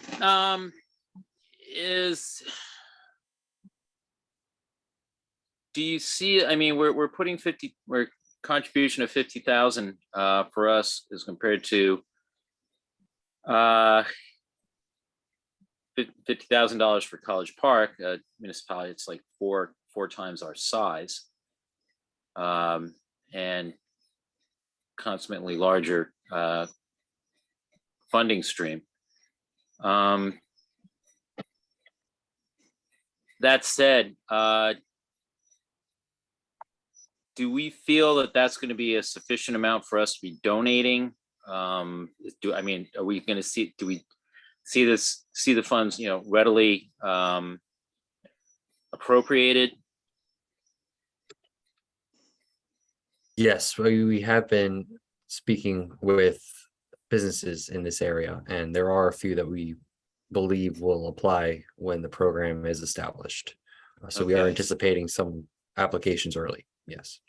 Okay, so do you feel, and I mean, I guess I might be answering my own question here, but is the feeling between us and the city of College Park that this combined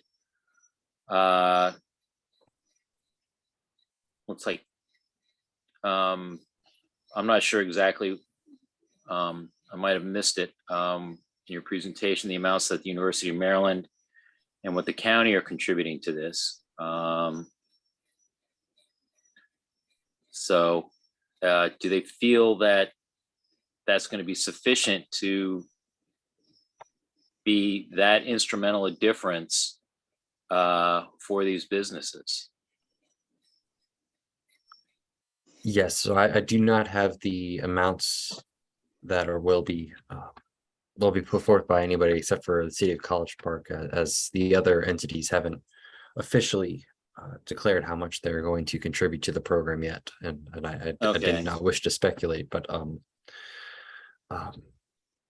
yes, I think that this would have a sizable impact on the rental market there in the Discovery District, as Okay. our $50,000 would be leveraged into a basically a $200,000 addition to the program, because it's being matched 3-to-1 by the state's Rhizome Okay. fund. Well, that's a good conservative swag there. I was going to make about the same estimate on what that amount would be. So I hope the university and the substantial amount of money it has now that it is part of the Big Ten, as well as what the county is able to do. I mean, the county has always been supportive of these programs, and I hope they're able to contribute more than a $50,000 amount, because I hope that this is a program that is more than just readily successful, but it is highly successful, and it's something that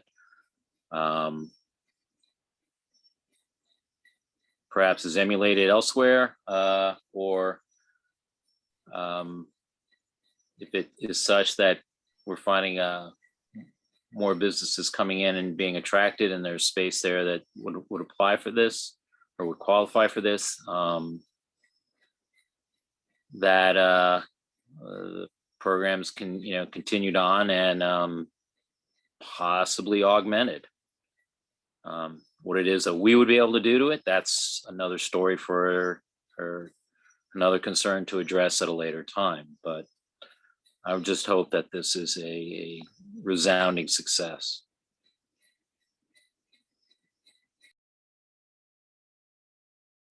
Thank you, Councilmember. Are there additional council questions or comments?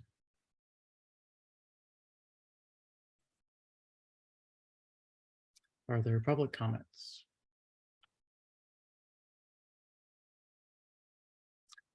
I'm going to, Director Shelton, I'm going to press a little bit harder on Councilmember Lingua's question about the size of the contribution from College Park versus ours. I'm looking at in the packet materials at the map of the zone.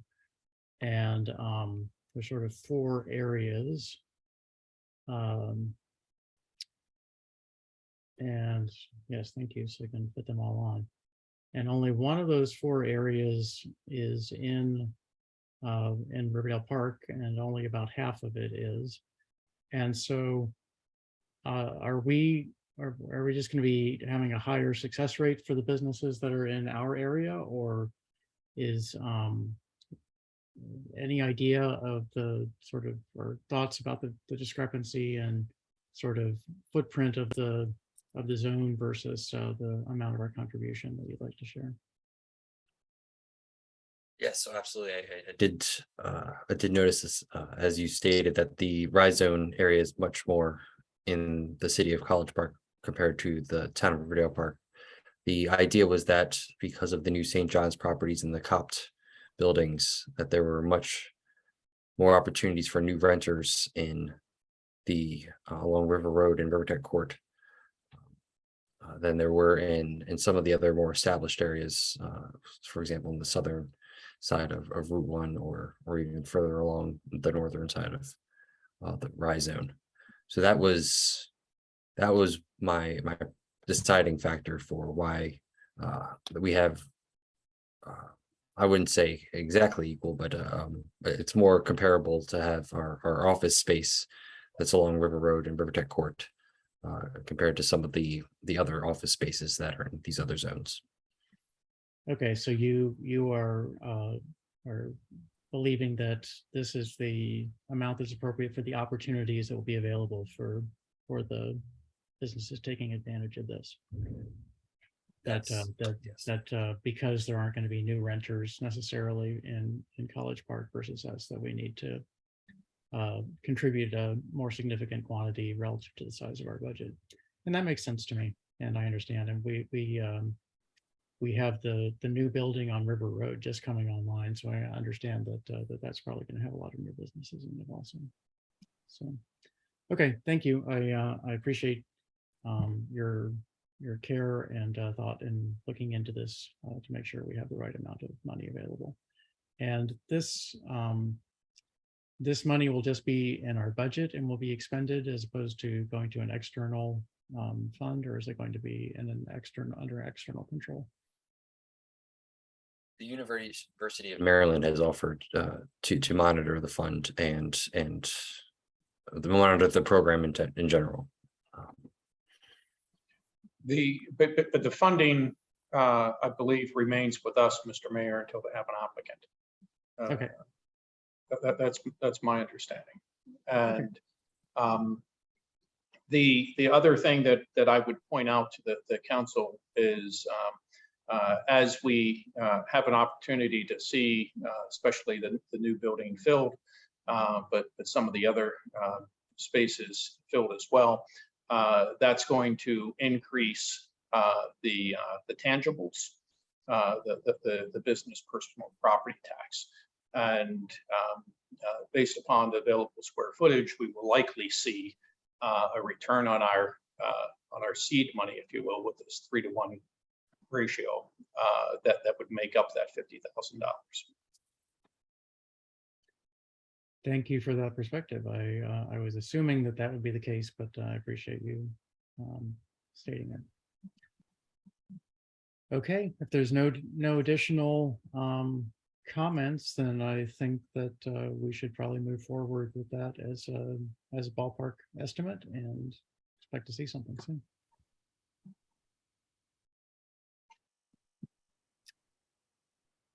So let's move on to item number 6, the farmers market agreement. Director Shelton, it seems to be your night. Yes, good evening again. The Riverdale Park Farmers Market, for those who don't know, takes place in the town center parking lot on Thursdays from 3 to 7. The farmers market takes place throughout the entire year, and has been managed by Riverdale Park Farmers Market, Inc. under an exclusive license agreement as of July 2017. There have been a few changes in I'd say in the world since July 2017, and some of those changes have been incorporated to the agreement for the farmers market exclusive license agreement, and that those include things like following guidance from the CDC on health and safety measures. Yes, I would say for the most part, much of the agreement remains very similar to how it was in July of 2017, but there were a few small alterations. I think the other alteration was a decrease in the initial term from 3 to 2 years, which should still allow for an extension of an additional 2 years. But yeah, for the most part, it's a very similar agreement to what Riverdale Park Farmers Market Inc. has been operating under to this date. I'm happy to answer any questions about the farmers market agreement. Thank you, Director Shelton. Are there questions from council? Councilmember Smith. Not so much questions. Just want to say, we're real proud in Ward 1 to have the farmers market in our community. I think we've seen it's always been a value add to the community, but especially in recent years as we've worked through the pandemic and seen the farmers market be a great place for us to get good nutrition food to people who are nutritious food, to people who are in need and feeling the economic effects of the pandemic and whatnot. It's been a wonderful part of our community as a whole town for a long time, and I look forward to supporting it and hope to see overwhelming support from everyone else as well. Thanks. Thank you, Councilmember. I agree with you. I think the tomatoes the last few weeks have been fantastic. So it's always good to have them available, to have the market available. Any additional council comments or public comments? Your hand is still up, Councilmember Smith, just so you know. Okay, do you expect to have the agreement available for approval in 2 weeks? Is that correct? I would believe so, in 2 weeks, yes. Okay, fantastic. Okay, let's move on to item 7, Community Conversations Initiative. Director Barnes. Good evening again, Mayor Thompson and members of the council. Thank you for the opportunity to talk about my very favorite thing, which is community engagement. No council action is requested tonight, just staff are seeking input from the mayor, council, and public regarding the Community Conversations Initiative. As we've already discussed earlier tonight, we've had a really successful summer with our different outreach efforts. We're always looking to change things up and really try to reach our residents in the best way possible. The town's rebranded walk and talks have been very successful. Even the one that was rained out, we had quite a bit of resident participation, and we're very proud of that. The other 2 events that we had were virtual community meetings to talk about the permit parking program.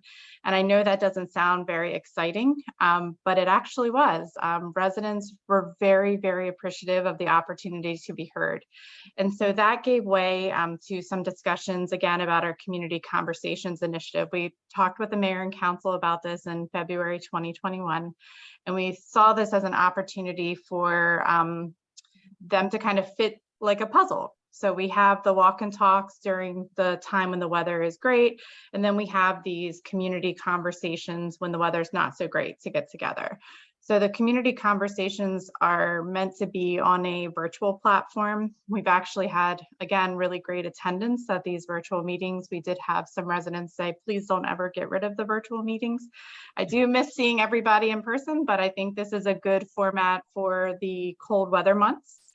And we thought about some of the topics that residents would like to hear about. in all actuality, the conversation is less us and more hearing from the residents and kind of getting the feel for the community and what they need to know about. So some of the topics that we came up with, let me pull up my list here.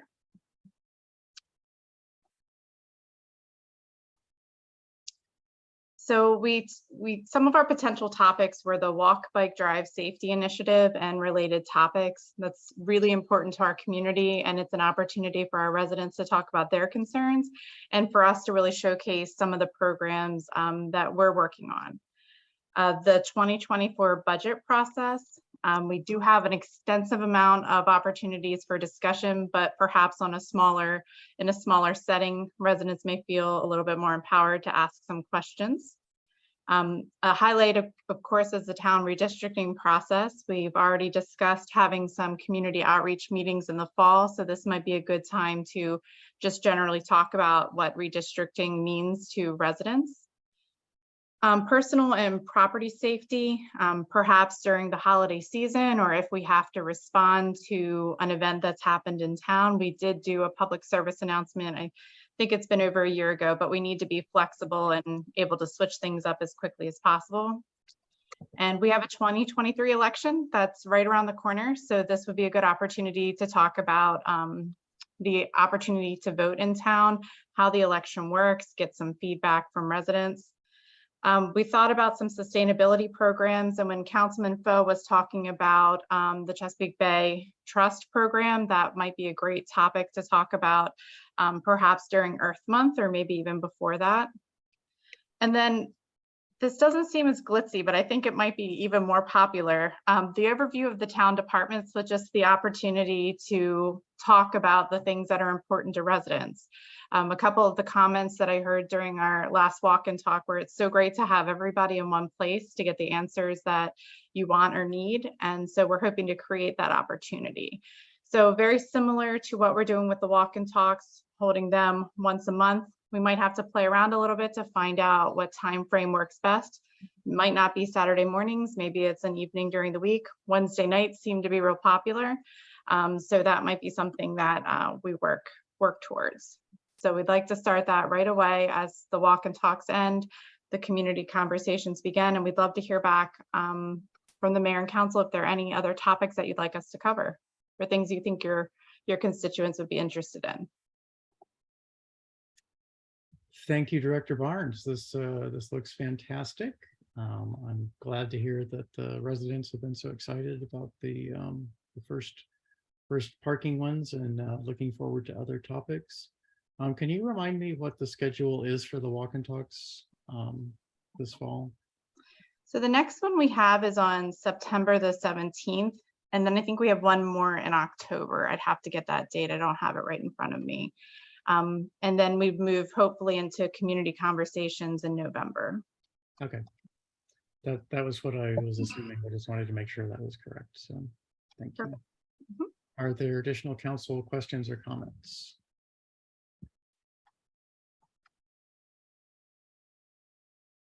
Your list of topics looks good, and nothing is jumping to mind about other topics, but there may be some others that I come up with. So I'll put that on my list to think about while I'm on my commute. See if I can come up with something and keep it in my head all the way to the end. So. Thank you. Okay. Any public comments or questions?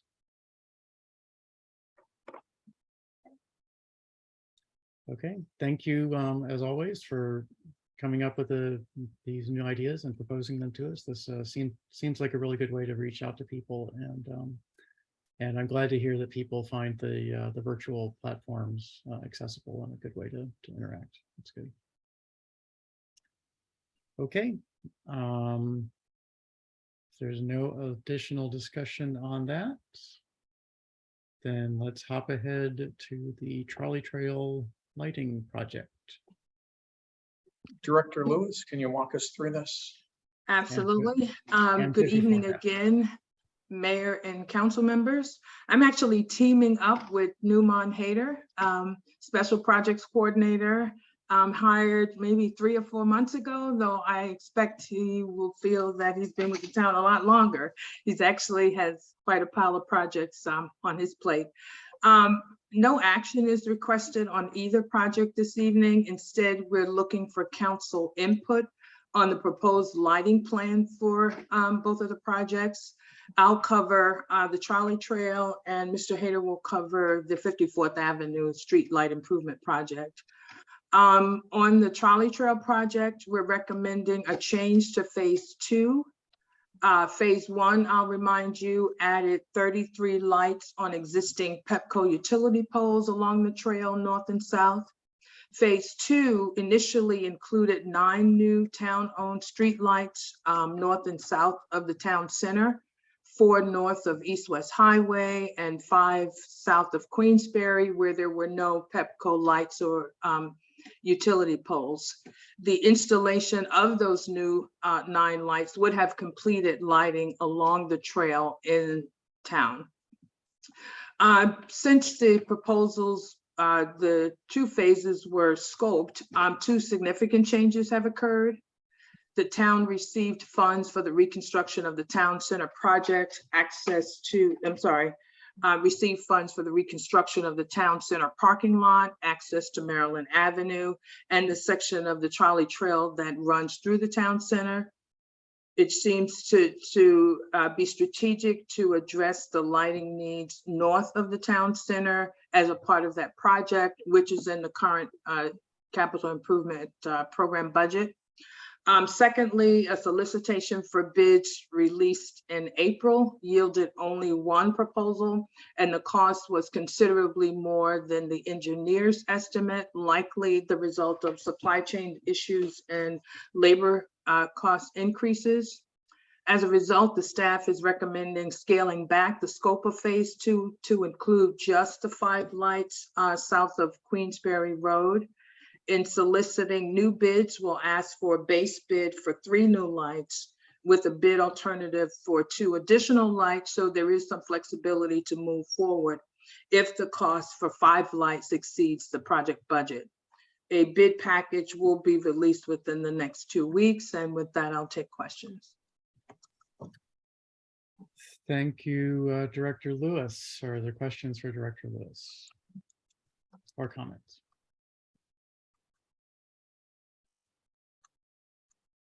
Mr. Mayor, if I may. I think that Councilmember Sadiq's hand went up just before you spoke. Please let him go ahead then. Okay, Councilmember Sadiq. Regarding the reduction in number of lights from 9 to 6, how does that affect the lighting on the trail? Actually, it will be 9 to 5 for this next phase. Ultimately, we'll address, and we're proposing focusing this phase south of Queensberry, where 5 lights were planned. The lighting on the north side would be completed as a part of this, a 3rd phase associated with the CIP project for the town center. And so if the cost for 3 lights is more affordable than 5, then that option would include an additional light on a Pepco pole, which according to the engineer and the photometric analysis that was redone, that would be sufficient for the south side of Queensberry Road. Did that answer your question? Yes, thank you. Okay.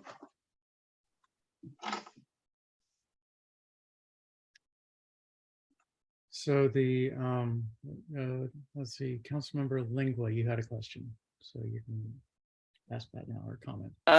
No, that pretty much answered it, with the answer she just gave, so. Okay. It was along a similar line, so, but, So if I can jump in with my question, so these lights are all the ornamental lights, or I thought you heard say that one would be on a Pepco pole. Is that correct? One would be if the proposal for 3 is affordable, then we would add an additional light on Pepco pole, a Pepco pole, similar to the 33 that were added in phase 1. And is that furthest from town center or closer to town center? Which of the, I see the 5 lights on the drawing right there. Which one? It would be further from. There's an Okay. additional pole there that could be utilized. In fact, that was considered in phase 1, and we just opted to have the ornamental or pedestrian style lights on either side of the town center, just Okay. for consistency. One of the issues with this project, as I remember it, was that there was an overloaded or there was insufficient capacity. Was that something that contributed to the higher cost? Well, we needed additional control boxes and electrical wiring to support the new lights on both sides of the town center. So that certainly contributed to the cost. Okay. So this would, so the initial project would be the 3 that are closest to town center. Is that correct? Yes. On this drawing? Well, If we're limited to 3, it would be. so, And- and Mr. Mayor, if I may, just so I'm making sure I'm following this, we're actually planning on putting 5 decorative lights in. And only if the price is above the budget would we switch to 3 and supplement with a Pepco. Is that correct? Exactly. Okay, that makes sense. I guess the other question is the lack of response to the bid seems strange to me, and I'm wondering if this is one of those issues that it was just too small of a project for some firms. Do you think that's the case, or? I don't know. We were surprised that we only got 1 bid. In fact, a lighting company teamed up with a construction company, concrete road improvement contractor on the bid. Interesting. And so things have settled down a little bit since then. Again, we put that solicitation out in April. We're hoping that things have changed to the extent that we can actually afford 5 lights, especially to the extent that we've scaled back the project. Okay. This seems like a reasonable path forward, given the current state of the markets and the labor market and the supplies. So it seems like a good direction. Okay, if no more questions on the trolley trail, I'd like to turn it over to Mr. Hayter to talk about the 54th Avenue Streetlight Improvement Project. Thank you. Good evening, Mr. Mayor and council members. I'll be talking about the 4th Avenue Lighting Project. This is a project that towns plans to implement to achieve the recommended lighting in that area, which is 54th Avenue from Riverdale Road south past Jefferson Street. For this reason, the town entered into an agreement with on-call engineering company Mead and Hunt to conduct photometric analysis and design. We have now both of photometric analysis and the design is now completed. The only difference between the two is being that now the design suggests the town installs 11 town-owned lights as opposed to 12 on the west side. The town will also work with Pepco to replace existing mast arms, bracket arms, if you will, and the lights on 7 poles. And that would be replacing the HPS lights, high pressure sodium lights with LEDs. And the town also plans to install lights on existing 4, working with Pepco, of course, to install 4 lights. Right now on these poles, there are no lights. The next steps would be to go out to invitation to bid. The town plans to present that to mayor and council in the next meeting. And this project finally is funded to a combined funding of $150,000 and $110,000. $150,000 being through the CDBG funding.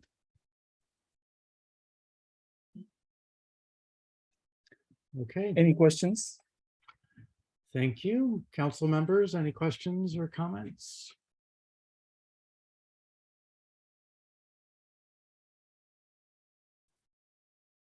Mr. Mayor, in the absence of a council question, if I can just make sure I heard correctly as well, we'll be bringing this back to the council in October? Or- Yes, so, Okay, yes, so we plan to go out to invitation to bid and bring it back in October. okay, great. With a recommendation to authorize the town manager to sign a contract. Yes. Okay, very good. I forwarded a message to town manager. If I'm waving at things, there's a little moth that's flying in my face, so that's what's going on. I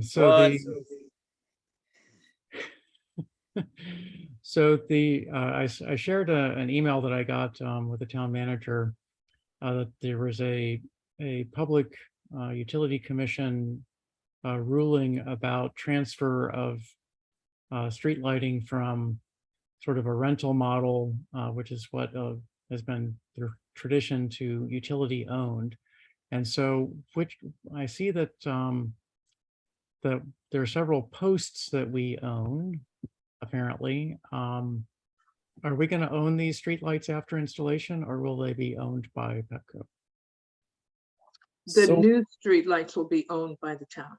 Yes, that's correct. So the new lights would be owned by the town, and we'll be using existing poles to install the 7 and 4 lights. Okay, and I dug into the references from that email and found that we had actually converted a reasonable fraction of our streetlights to LED, which I remembered. And are all of us, I know this is going a little bit afield, but are all of those lights that we converted to LED, are those also town owned, or are they Pepco owned? Do you know, Director Lewis? They're town owned. Okay, So we have about 147 town-owned streetlights, and of that number, about 90 have been converted to LED. And of course, we're going to restart that project with the lower color temperature. mm-hmm. And so we have about 65 of those on hand. Great, that's great.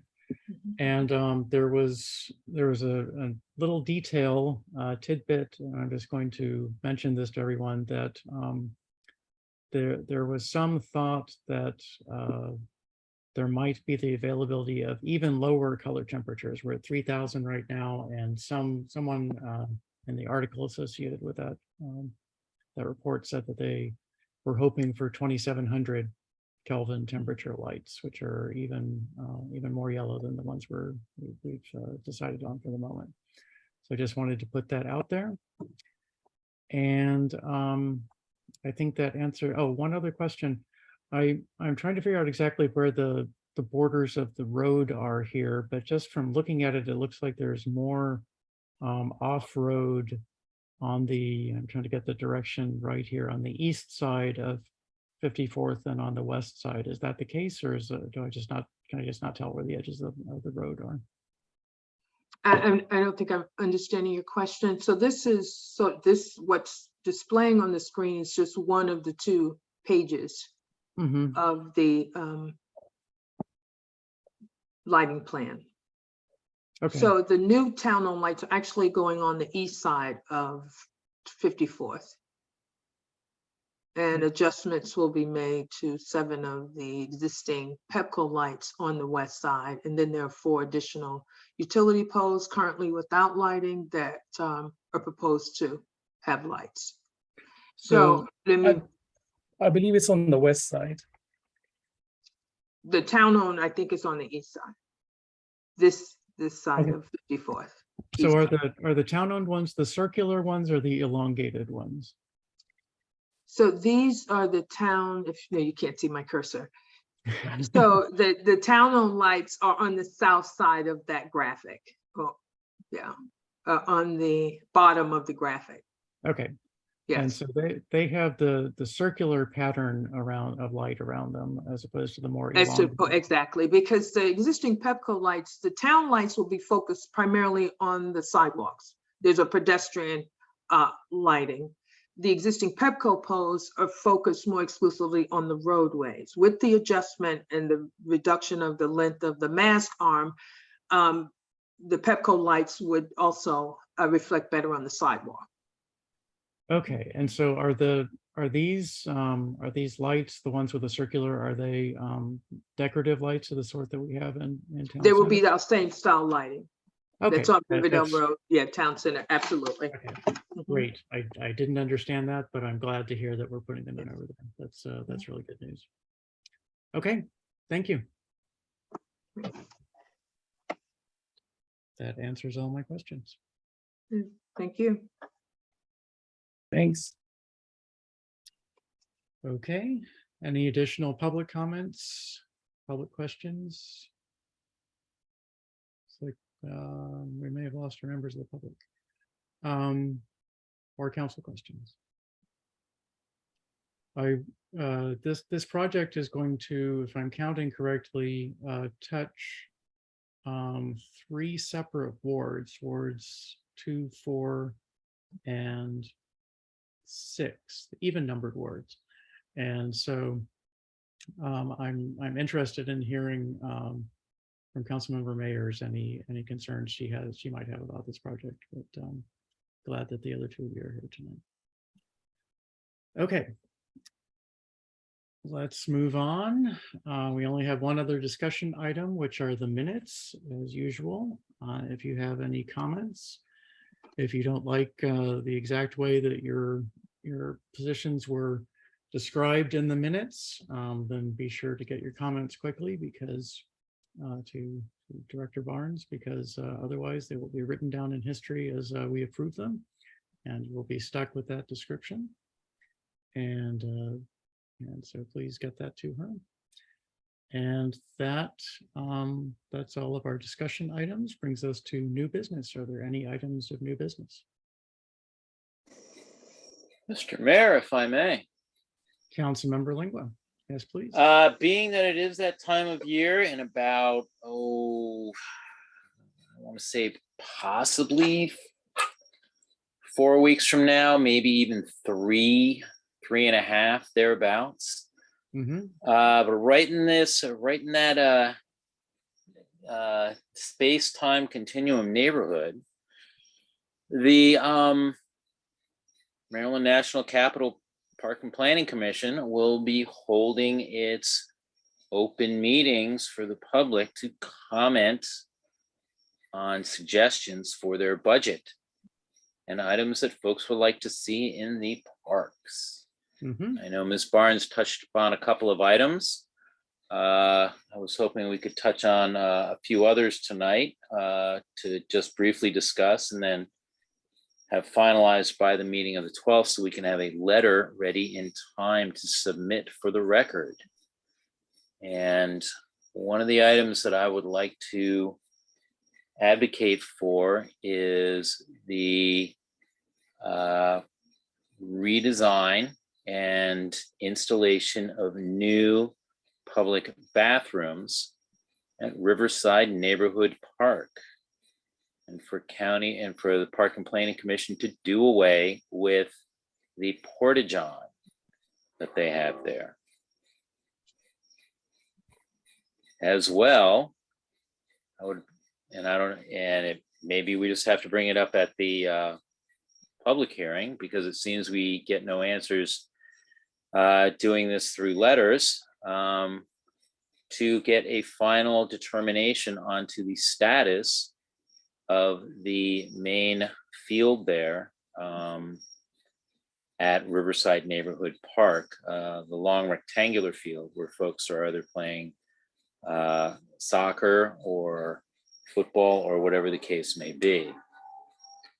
That is still posted as being closed for renovation. So those are 2 items I know right off the top of my head. Besides the where they are, to get an update on where they are in considering installing volleyball courts there, as well as a half basketball court. These are items that we had asked about in the past, as well as a number of other requests we've had at other parks in town, as well as for continued support for the programs at Riverdale.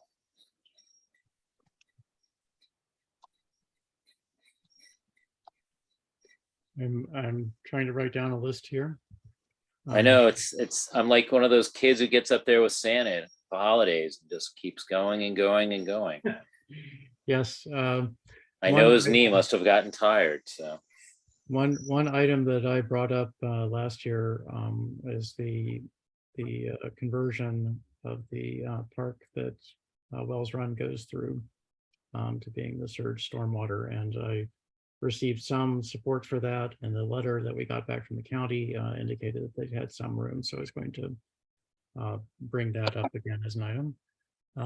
Looks like That's one as well. Councilmember Sadiq, you have your hand up. The playground on Silk Tree needs to be refurbished.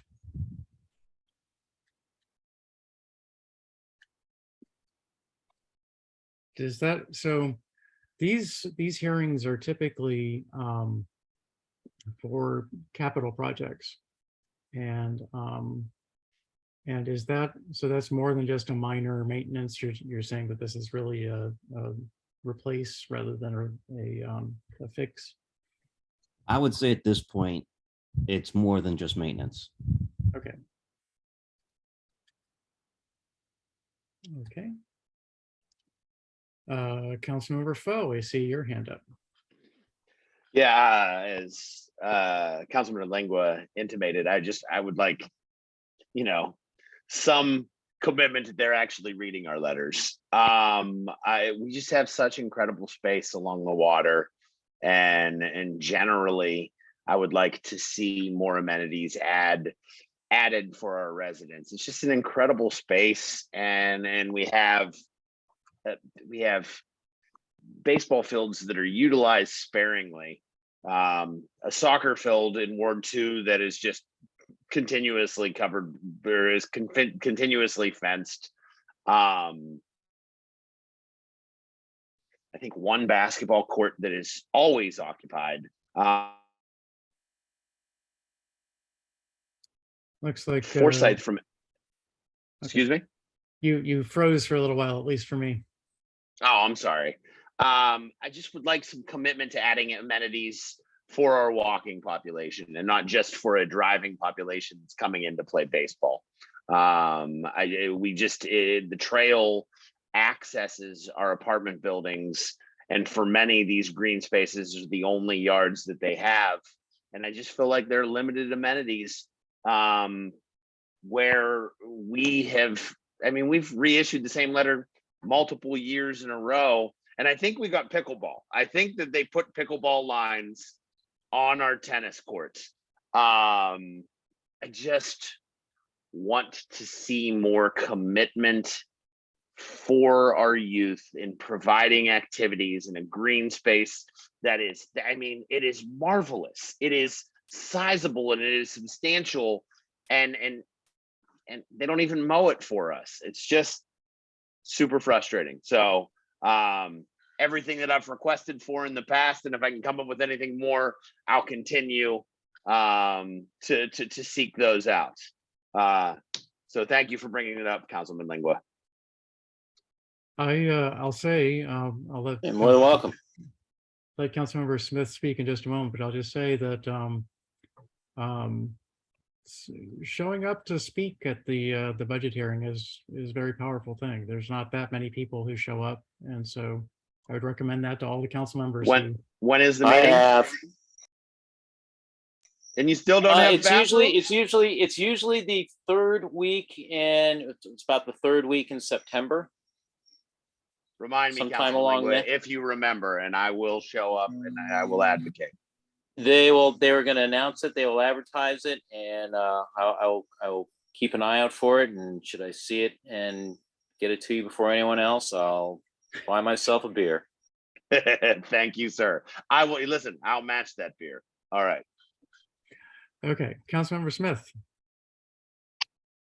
First, I just, as a newcomer here, a first termer, I just want to say I appreciate Councilman Lengua's encyclopedic knowledge of community affairs, such that he knows which week of the year the planning public meeting for MN and PC is.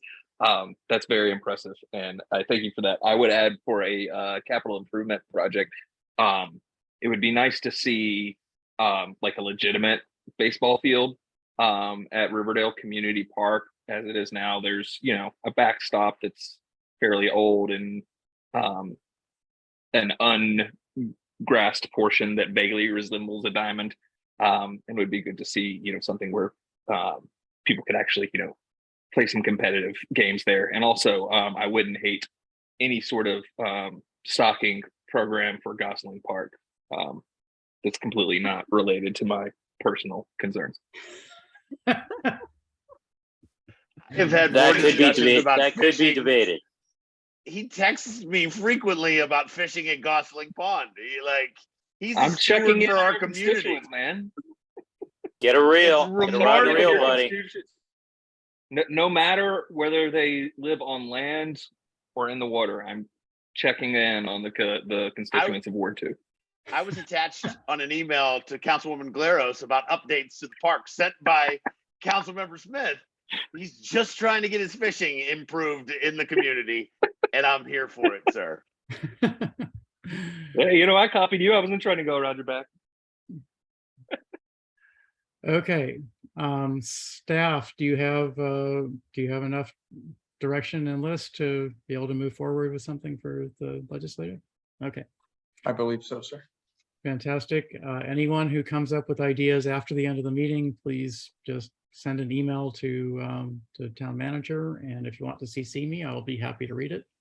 And we'll try to get these all lined up for next time. And Yep.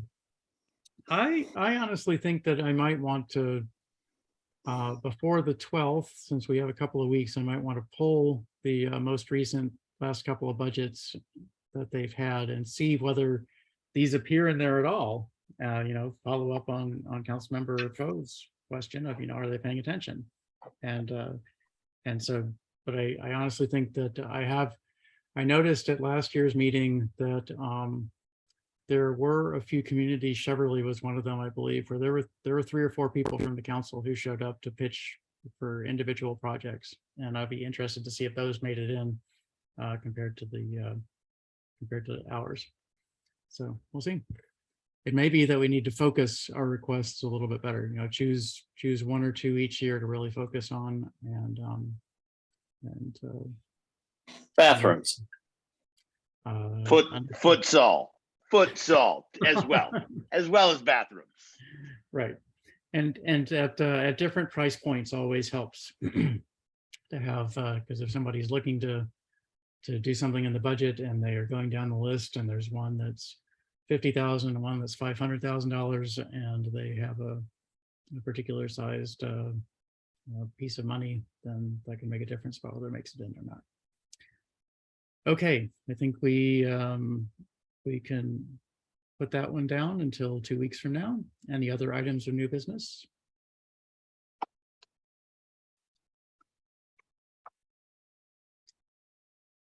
Four, 3, 2, 1. Any items of unfinished business?